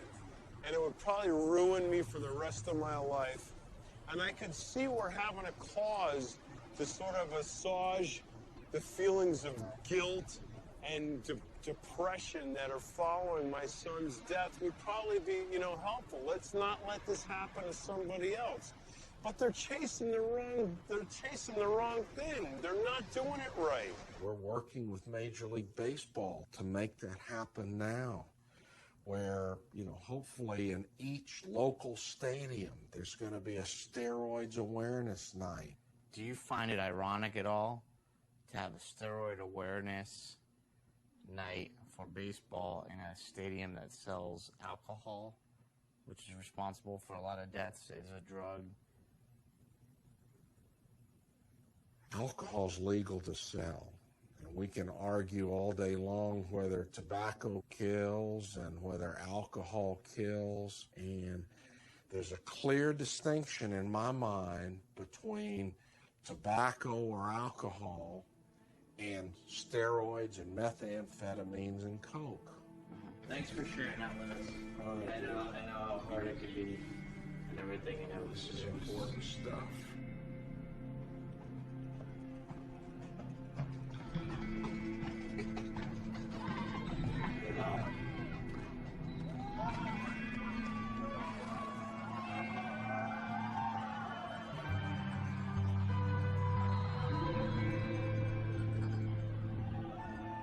Anybody who asks me about it, I let them know. I tell them why. I tell them, how much I take. I'll tell them anything they want to ask me about them. What about the kids? The kids are different because a couple kids asked me in front of the whole group, and I had to lie about it because this whole steroid thing is just out of hand. I know Coach Bell doesn't take any steroids. He's just 100% strong. I think somebody asked if he was ever on steroids, and he said no. And I completely believe him. He just teaches that steroids are basically, there's the cheap way out of doing hard work. They're not for kids. Steroids are not for kids. That's plain and simple. You should achieve some things naturally, and then maybe you should think about them when you're, an adult. The main reason why I don't take steroids is because he got into my head that I don't need them, that I got the potential right now as a teenager to get as strong as I want. What good would it do them to know that I take steroids? It wouldn't do them any good. They'd just be like, oh man, he's a cheater. Would you ever tell our parents that you do?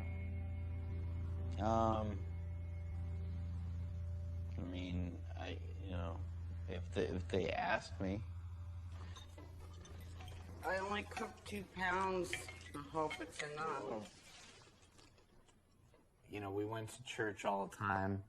I grew up in a great family. I don't think I could ask for anybody better to be parents, And when I went to USC, I didn't do any drugs. I didn't do anything. So You're a good boy. and then I got to a point where I actually tried steroids. I tried Winstrol, which is injections. You injected a needle in yourself? It's just in the muscle. Yeah, because you get to a point where you're like, I'm kind of getting out of shape. I don't feel like I used to. The reason I stopped doing it was because I thought it was immoral. I thought it was so wrong, and what if my parents found out I did this? I think it's really hard to hear that you tried them and everything, but For you. It's not hard for me. What I'm saying is that it's hard to hear it. And what about Mark? I mean, how come you're staying big but you're not getting fat? You're just old. Getting fatter. No, your face is rounder than normally. Put on body fat. You're about 7 or 8% higher than you normally are, wouldn't you say, for how much heavier you are? I have no idea. I don't really care either. He's already married. He doesn't care. Except Smelly's not saying anything. Normally your brothers overrun your conversation. When you get caught with something, I think the truth is always the fastest way out of the situation. But it's not always the best way out. She's concerned, just being a mom, and she's just trying to, leave it open where I could say, yeah, you know what, I do them, and this is why. And I think that's what she's looking for. But she still never directly asked me, so until that time comes, I ain't saying nothing. People have a tendency to cheat at everything. And that happens with taxes, too. Just like it could with steroids or any other thing. It's human nature. It's the sinful nature of man. My dad convinced Mad Dog and his wife to settle down in Poughkeepsie. And he's been doing income taxes for the same guys he used to wrestle with. I keep a couple things around, not too much. Big John always keeps it real. This just says, to Mad Dog, thanks for everything. Not exactly how he thought his life would turn out. I get up, I go to the office, I make money for them, I make money for me. I got a great wife, I got a great family. But I wanted to be a famous wrestler, and I wanted to live the life. I wanted to be on the road, traveling, meeting people, making money, having fun, living the life. He'll break down and he'll be crying and he'll say Dad, the biggest fear I ever had in my life is being an average Joe, and I'm 36 years old, and that's all I can see for myself. What do you want to do now? Where do you see yourself going? I mean, the immediate goal is to, get out of Poughkeepsie, move to California, establish my name, you know, and then start my own business eventually. Seemed like he was making good progress, okay? But he wasn't making any progress.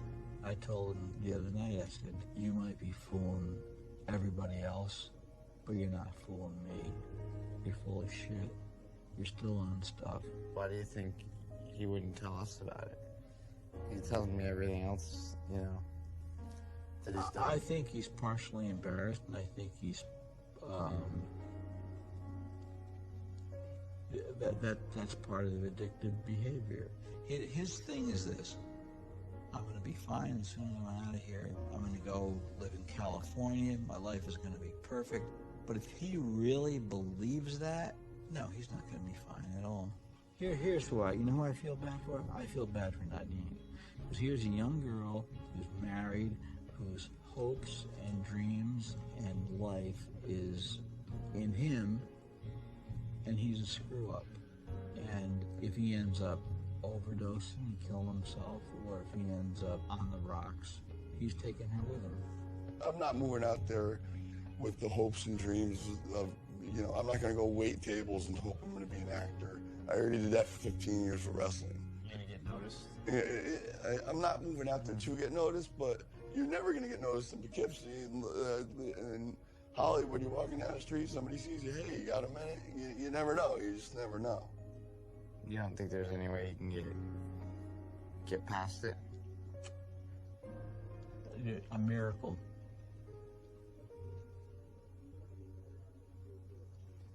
Yeah. You know, I think they're gonna find him dead someday. I thought bringing up boys, this is easy. They don't. At least I don't have a daughter who's like got her face in the bowl throwing up. You know, did I do something as a mother to make you feel like not good enough? When Mike went off to college and he calls your father up and says, "Can I try steroids?" No, you're not getting money to try steroids. You know, we both thought that was like a crazy thing. So. But do you know where he ended up getting them from? No, but I wasn't gonna. He got them from your brother John. No.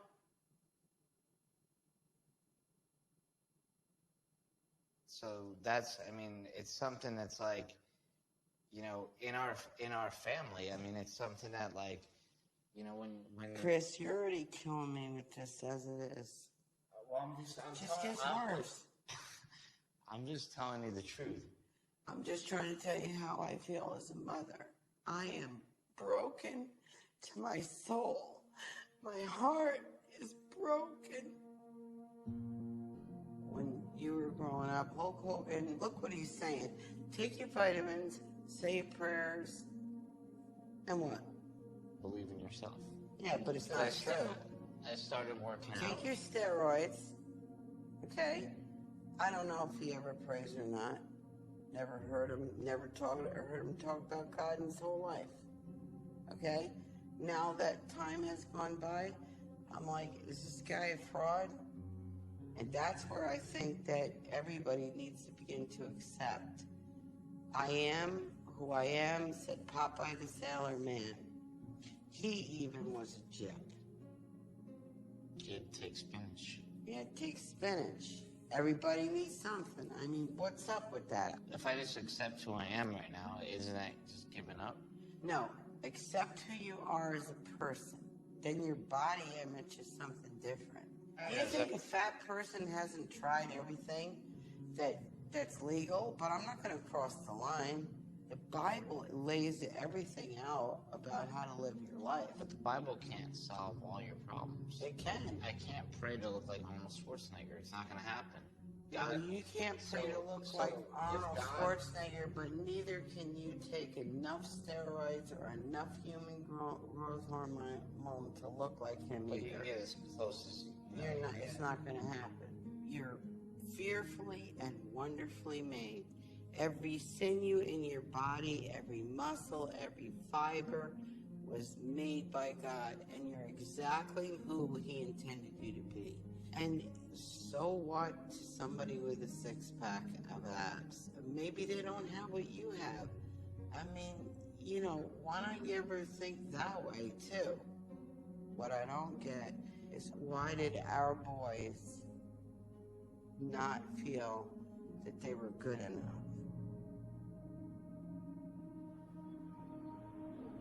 My father or my grandfather never worried about whether they had a six-pack of abdominals or what percentage body fat they had. So why is it now, you know, in the 21st century that there's this huge preoccupation with body image that just didn't exist before? Dr. Harrison Pope is a psychiatrist who studies why American men are becoming more obsessed with their bodies. So here we have G.I. Joe from the 1960s. This is when he first came out at the time of the Vietnam War. He's a perfectly normal-looking dude.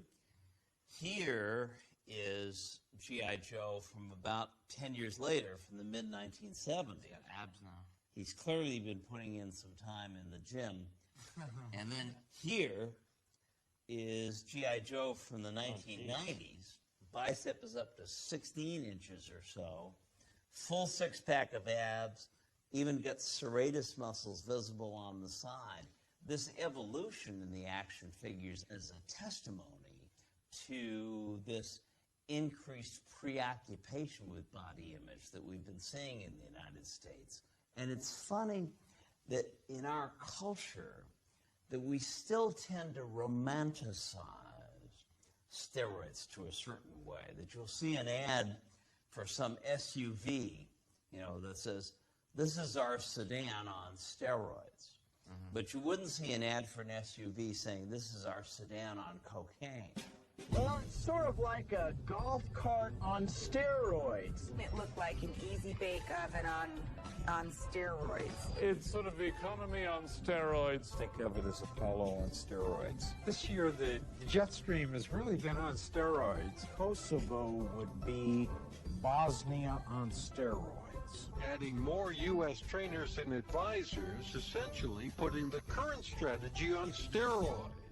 We are besieged every day with images of muscular male bodies on TV, in the movies, in cartoons, on magazines at the checkout counter in the department store, you know, all of which seem to give this message that a real man is big and muscular.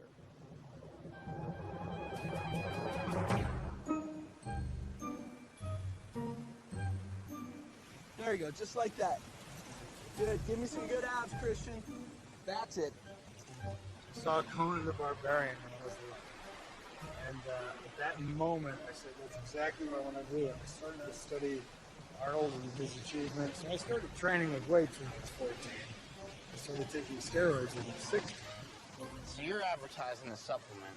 So a guy like me goes and looks in the magazine and I see Christian Boving and I'm like, wow, man, I want to look like that guy. So I go and take hydroxycut or some supplement because I think that I'm going to look like you. But what I don't know is that you were taking steroids. Do you have any problem with that? That's a double-edged sword. How to answer this? Somebody looks at an ad with me in it and says, Christian Boving takes hydroxycut, which I did, and I do. That doesn't necessarily mean that I don't take something else. And if they choose to believe that that's the only thing I'm taking to look like that, then so be it. They should be smarter than that. Is it misleading? Possibly a little bit, yeah. But is it a lie? Absolutely not. I'd say probably 80 to 90%. I'm not kidding you. Of all the stuff I see in magazines, is complete hogwash. It's ridiculous to me. I don't understand why there's this need in advertising to really manipulate things. The bone-thin fashion models, they get all kinds of eating disorders, and with men it's the opposite. They get the Adonis complex, and then there's all kinds of trouble ahead because you have all these kids who are like you and me when we were young, looking at all these people, and they're perfect. And how does that make somebody feel who's not as perfect as the people they're seeing? Not very good. So this stuff I've tried, loaded with sugar. Tried this. Tried this. Of course, I've tried this. Everybody, I think, has tried muscle milk. Tried this. Tried this. Tried all these drinks. If Speed Stack weren't enough, you have Extreme Speed Stack. The supplement industry is very unregulated. You don't have to have FDA approval to come out with a dietary supplement. That gives people room to come out with some, lower quality products. This product says new legal formula on it. I don't know what the old what the old formula really had in it. Belizean man vine extract. I don't want any part of that. Best if used by date and lot number on bottom of can. I always thought the health industry was about, health.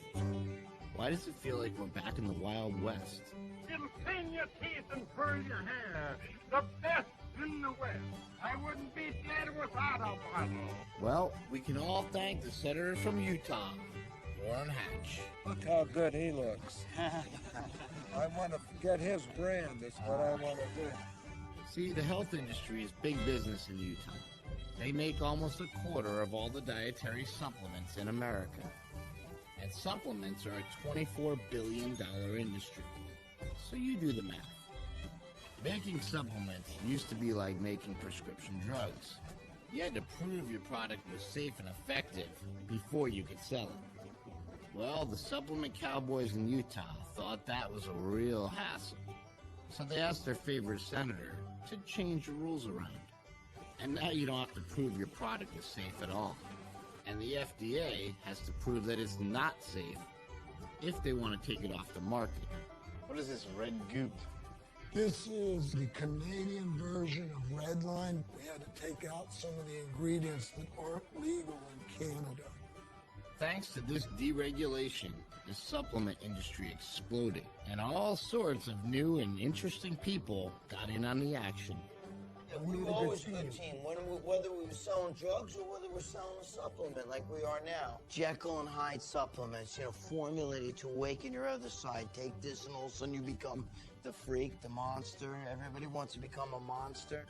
If Valentino can make a supplement, I bet anyone can do it. Hold on. How many guys you need? I need 2 guys. We're making dietary supplements, and I just need a hand with a couple things. It'd be really easy. All I need you guys to do is take the white, boom. First, you buy a bunch of really popular ingredients. But the trick is, I'm just going to use a tiny amount of each one. It's what we like to call in the supplement biz, pixie dusting. See, I can hide my secret formula behind the term proprietary blend and not reveal that it's pretty much just a pill full of rice flour. It's a good way to make a lot of money. Don't season the supplements. But with all those expensive ingredients on the label, I can make this bottle for about $1.40 and sell it for $60. Thanks, Orrin. We're in the supplement business now. The scary part is that everything I just did is by the book. Well, except for the illegal immigrant day laborers. But hey, nobody's regulating them either. Now I just need a misleading advertisement. They airbrush these guys a lot when you put them in magazines? Definitely. There's all kinds of techniques and tools you can use to completely manipulate the body. Really? In fact, some of the before and after pictures, they could be done in the same day. You haven't shot them in the same day, though, have you? I have, actually. Oh, you have? Yeah. What do they do? Is this the self-editing part? I should keep my mouth shut? I can take anybody and take a picture of them, make them look their worst. Think horrible thoughts, depression, and then through all kinds of ways to make them look their best. Just don't cut my nipple off.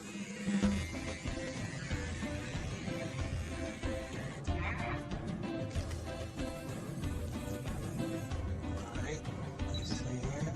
Good. 1, 2, 3. Good.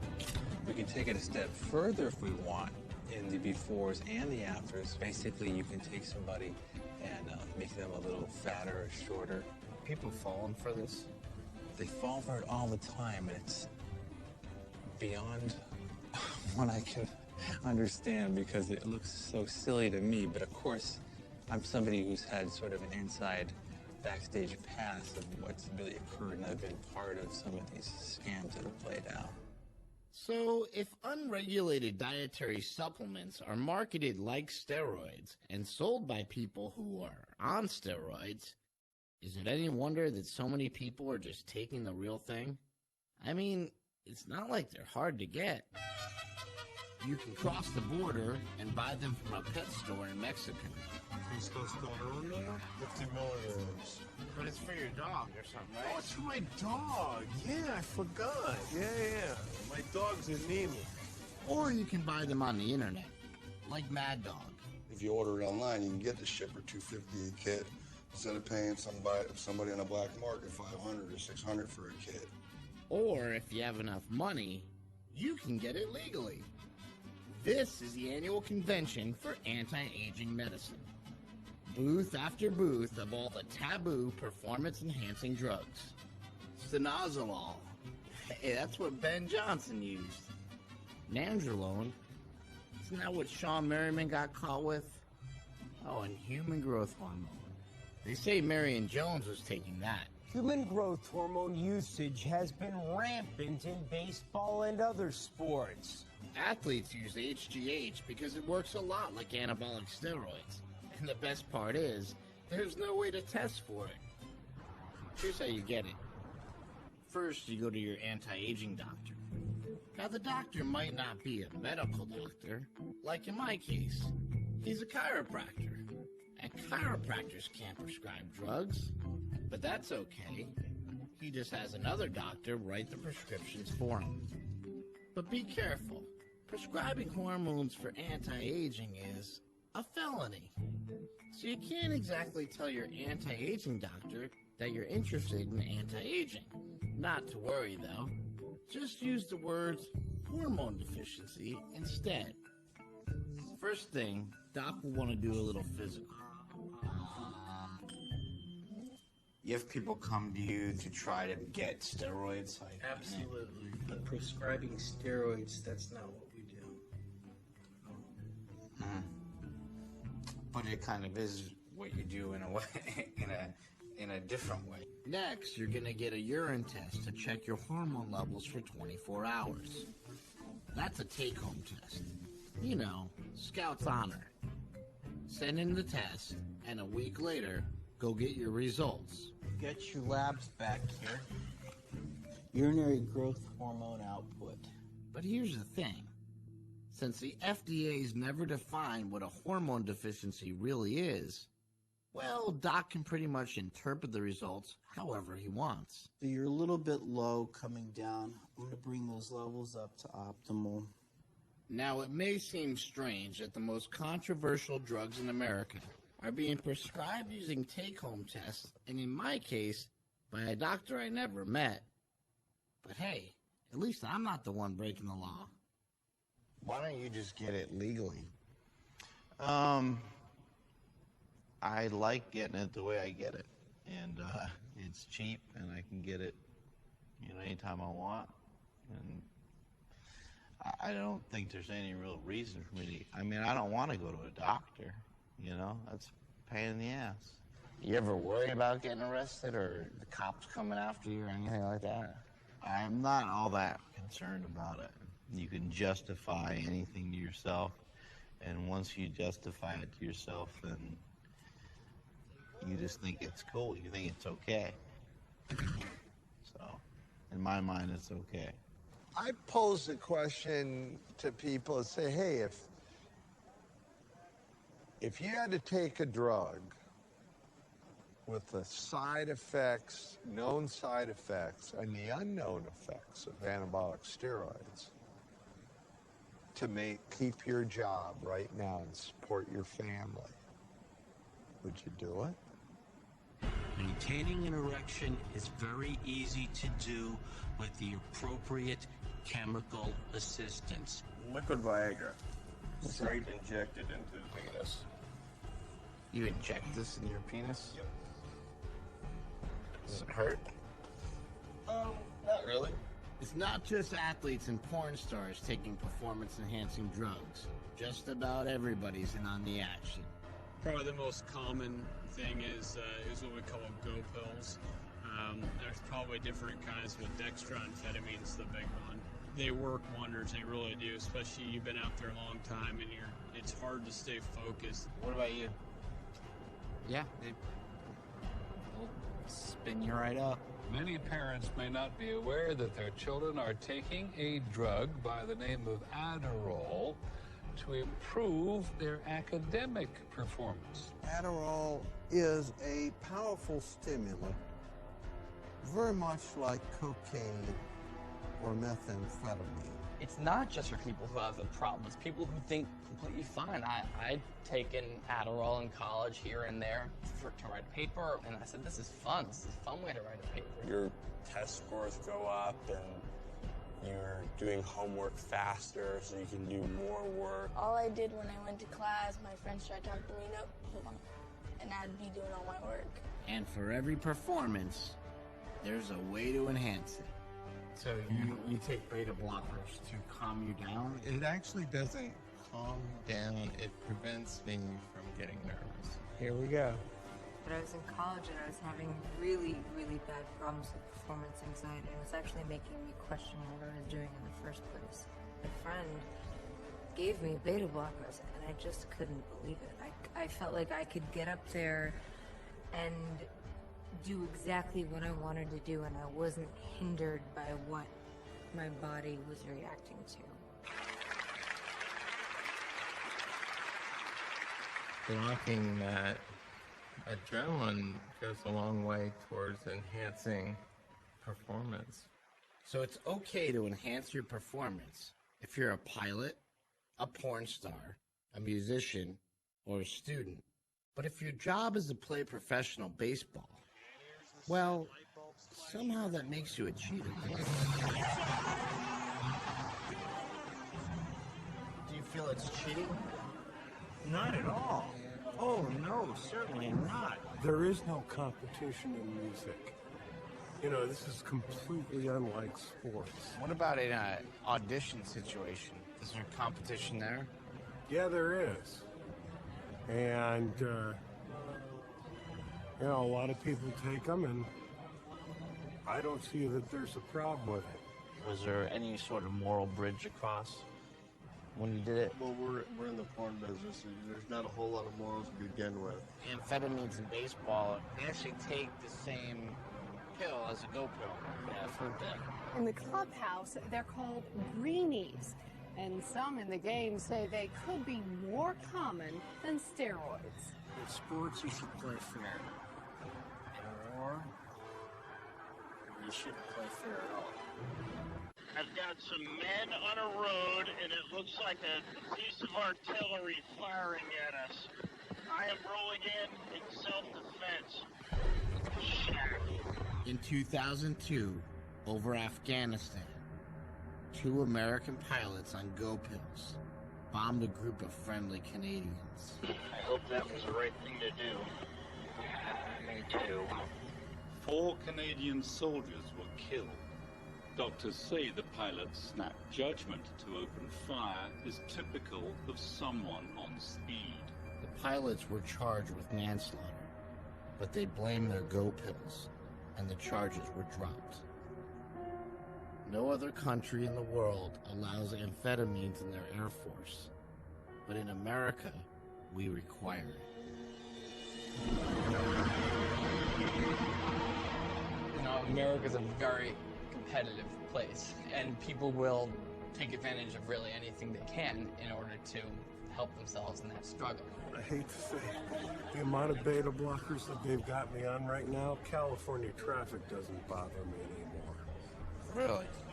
It's too easy to get it from a doctor. Like, you say, like, I can't focus in class, and the doctor prescribes it, like, automatically. And when you got Adderall, you just went to the doctor? No. It's just passed around at school. It's passed around at school? Passed around at school. You turn on your TV and we push drugs, right? You know, if you have a headache, use this. If you have a pain in your side, use that. If you want to go to sleep, use this. If you want to wake up, use that. We are the only country in the world that permits drugs of that kind to be advertised directly to the consumer. The American pharmaceutical industry spends almost $5 billion a year on advertising. And we in turn spend $250 billion on their drugs. That's more than any other country by far. Are we the most unhealthy people in the world? Or do we just watch too much TV? Everybody's on a drug. So why, because I'm on a drug, does everybody have to point the finger at me? Why am I the bad guy? Because you're on steroids. And steroids are bad.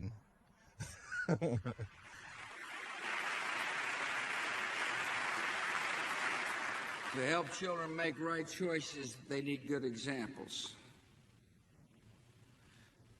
Athletics play such an important role in our society. But unfortunately, some in professional sports are not setting much of an example. Long before George Bush was the president, he was the owner of the Texas Rangers, a Major League Baseball team, with none other than Jose Canseco on the roster. Do you think that the team trainers, the managers, the general managers, and even the owners might have been aware that some players were using steroids? No doubt in my mind. Absolutely. So did the president know that his players were on the juice? You've admitted to using steroids in the past. Knowing what you know now about them, would you have done it? Yeah, absolutely. The National Football League has talked more about steroid testing or human growth hormone, and I know back in your day you've admitted that you did that. Your stand on that right now? Well, I think it's good to do doping tests, and the trick always is to find a way of really doing true testing. I think that we have to do something about the drug use in sports, and I think it does send the wrong message to our children. So Arnold wants to crack down on steroids. But every year he sponsors his own bodybuilding show, the Arnold Classic. And they don't drug test at all. It's unbelievable the shape this guy's in. I mean, how ripped they are, how big they are, how cut they are, their posing routine and everything. I'm so proud of them. I tell you, it's really amazing. This year, Governor Schwarzenegger handed over the winning trophy to Victor Martinez, a guy who was busted for selling steroids just a couple years ago. And a few days before this competition, he was implicated in another steroid scandal. The bodybuilder who won a competition sponsored by Governor Arnold Schwarzenegger this past weekend has been linked to a steroid investigation. A spokesman for the governor says Schwarzenegger did not know of Martinez's links to steroids. Come on, Arnold. What do you mean you didn't know? Okay, let's compare. Here's Arnold Schwarzenegger when he was on steroids. 6'2", 235 pounds. And here's Victor Martinez, 7 inches shorter and 15 pounds heavier. Give him a big hand. Come on, big hand. You know, I've been calling Arnold's office for over a year to get an interview. But his people keep telling me that his position on steroids is very clear. So the only way to get an answer was to track him down myself at a place I knew he would show up, Muscle Beach. It was just a few weeks before the governor's re-election, and Arnold went to where he knew he could depend on support to cement his voting base. This was my big chance. I waited for hours. And finally, there he was. And there was this other guy, the tall guy, the one in the middle. He saw me. This is how politics work these days. The important thing when making an appearance is the photo op. The tall guy's gonna nod at me. Then he's gonna point Arnold in my direction. Arnold, his instincts honed by years of being a huge star, instantly sizes up the situation, notices the various cameras, and decides to use me to further his re-election bid. Yeah, exactly. And instead of talking about steroids and the cheating culture of America, he compliments me on my biceps. And we end up on the cover of the LA Times. There it is! Oh my God! Not that I mind. After all, it was kind of like a dream come true. Son of a bitch! But I still have all these unanswered questions. Let me tell you this, first of all. You can't knock Arnold, really, okay? Because the steroids didn't get him into that office that he's in. But he basically comes out and he says, if you work hard and you play by the rules, this country's truly open to you. You can achieve anything. But did he get to where he is playing by the rules, or would he have ever even been famous had he not taken those drugs? Well, let's look at it this way. Let's talk about other heroes. Let's talk about John Kennedy. He was a hero in the Navy. John Kennedy served as President of the United States, but John Kennedy cheated on his wife right in the White House when, with Marilyn Monroe and who knows how many others, okay? It's no different than biblical characters. Moses was a hero, but Moses was a heel. He didn't get into the promised land. He didn't do what God told him to do. David was a hero. King David was a hero, but David was a heel. He chased every woman in a skirt or in a toga or whatever they wore back then. Okay, every man is fallible, and even the people who were the prime examples of how to run your life in the Bible screwed up. They all screwed up. So people need to get off their self-righteous soapboxes and start loving each other. We just need to go out there and do our jobs, just as you professionals do your job. No, all you guys lied. All of y'all, in a story or whatever, have lied. Should you have asterisk behind your name? All of you have lied. All of you have said something wrong. All of you have dirt. All of you. When your closet's clean, then come clean somebody else's. But clean yours first. Hi, how are you? Last name is Bell. B-E-L-L. I took the oath to serve you. I say to everyone here today and to all Californians, I will not forget my oath, and I will not forget you.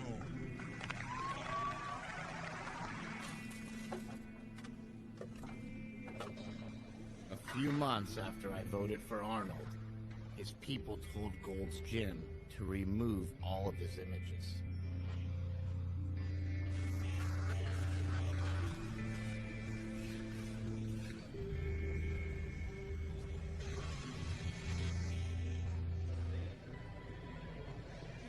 What is the meaning of this?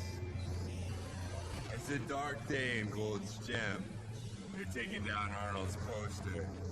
You have a lot of respect for Arnold? Is he one of your heroes? Well, he was until he took his shit down. You know, that guy's a traitor, man.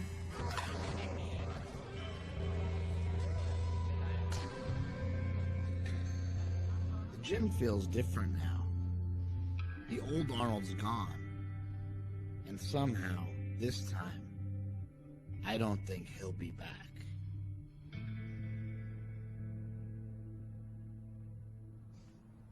So you excited to be out here instead of in Poughkeepsie? Hell yeah, man. I got a job making 3 times as much money. My rent's just about the same, and I'm right by the beach, and I got a convertible. They're right here next to the mirror, honey. Put a little muscle in it. There you go. Higher. So what do you plan on doing here that you weren't doing in Poughkeepsie? Geez, like having fun at life instead of hating life. Think it'll help you, like with your problems and stuff? Absolutely. I feel better already. Now that Mad Dog's in California, things seem to be going pretty good for him. He got a job working as a trainer at a local wrestling school.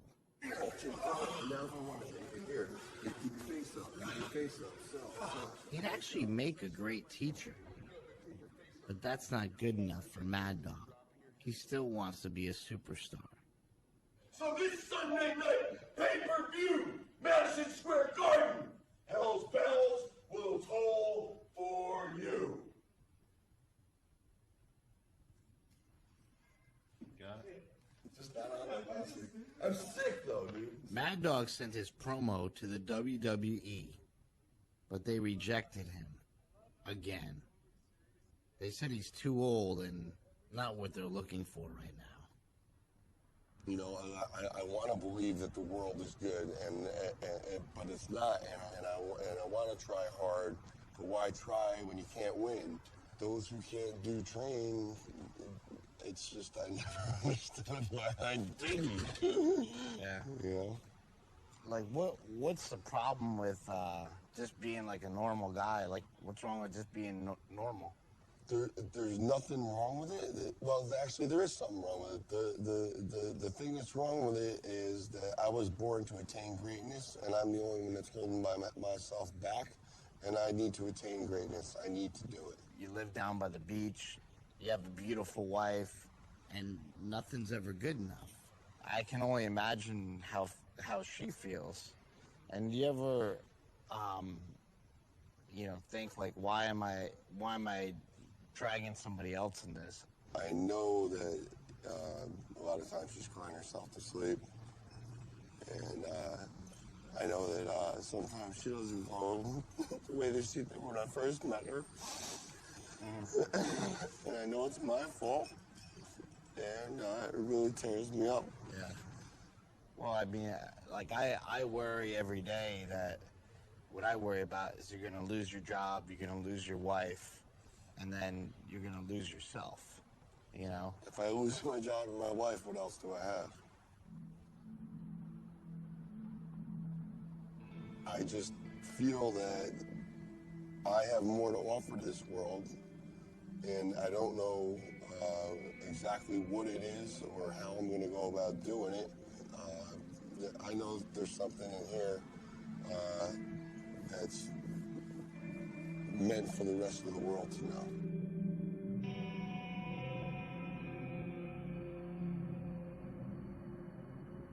When you were kids, you all admired the champion marble shooter, the fastest runner, big league ball players, the toughest boxers. Americans love a winner and will not tolerate a loser.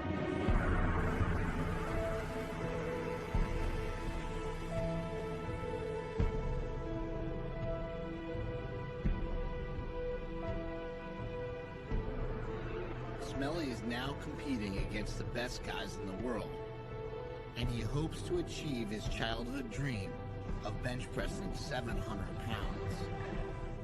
But he and his wife agreed that this would be his last meet on steroids. I knew that she didn't really care for it, but I didn't know it hurt her that much, and I didn't know she worried that much about it. It's definitely something that's not going to be easy to do. I don't necessarily want to do it, but, if I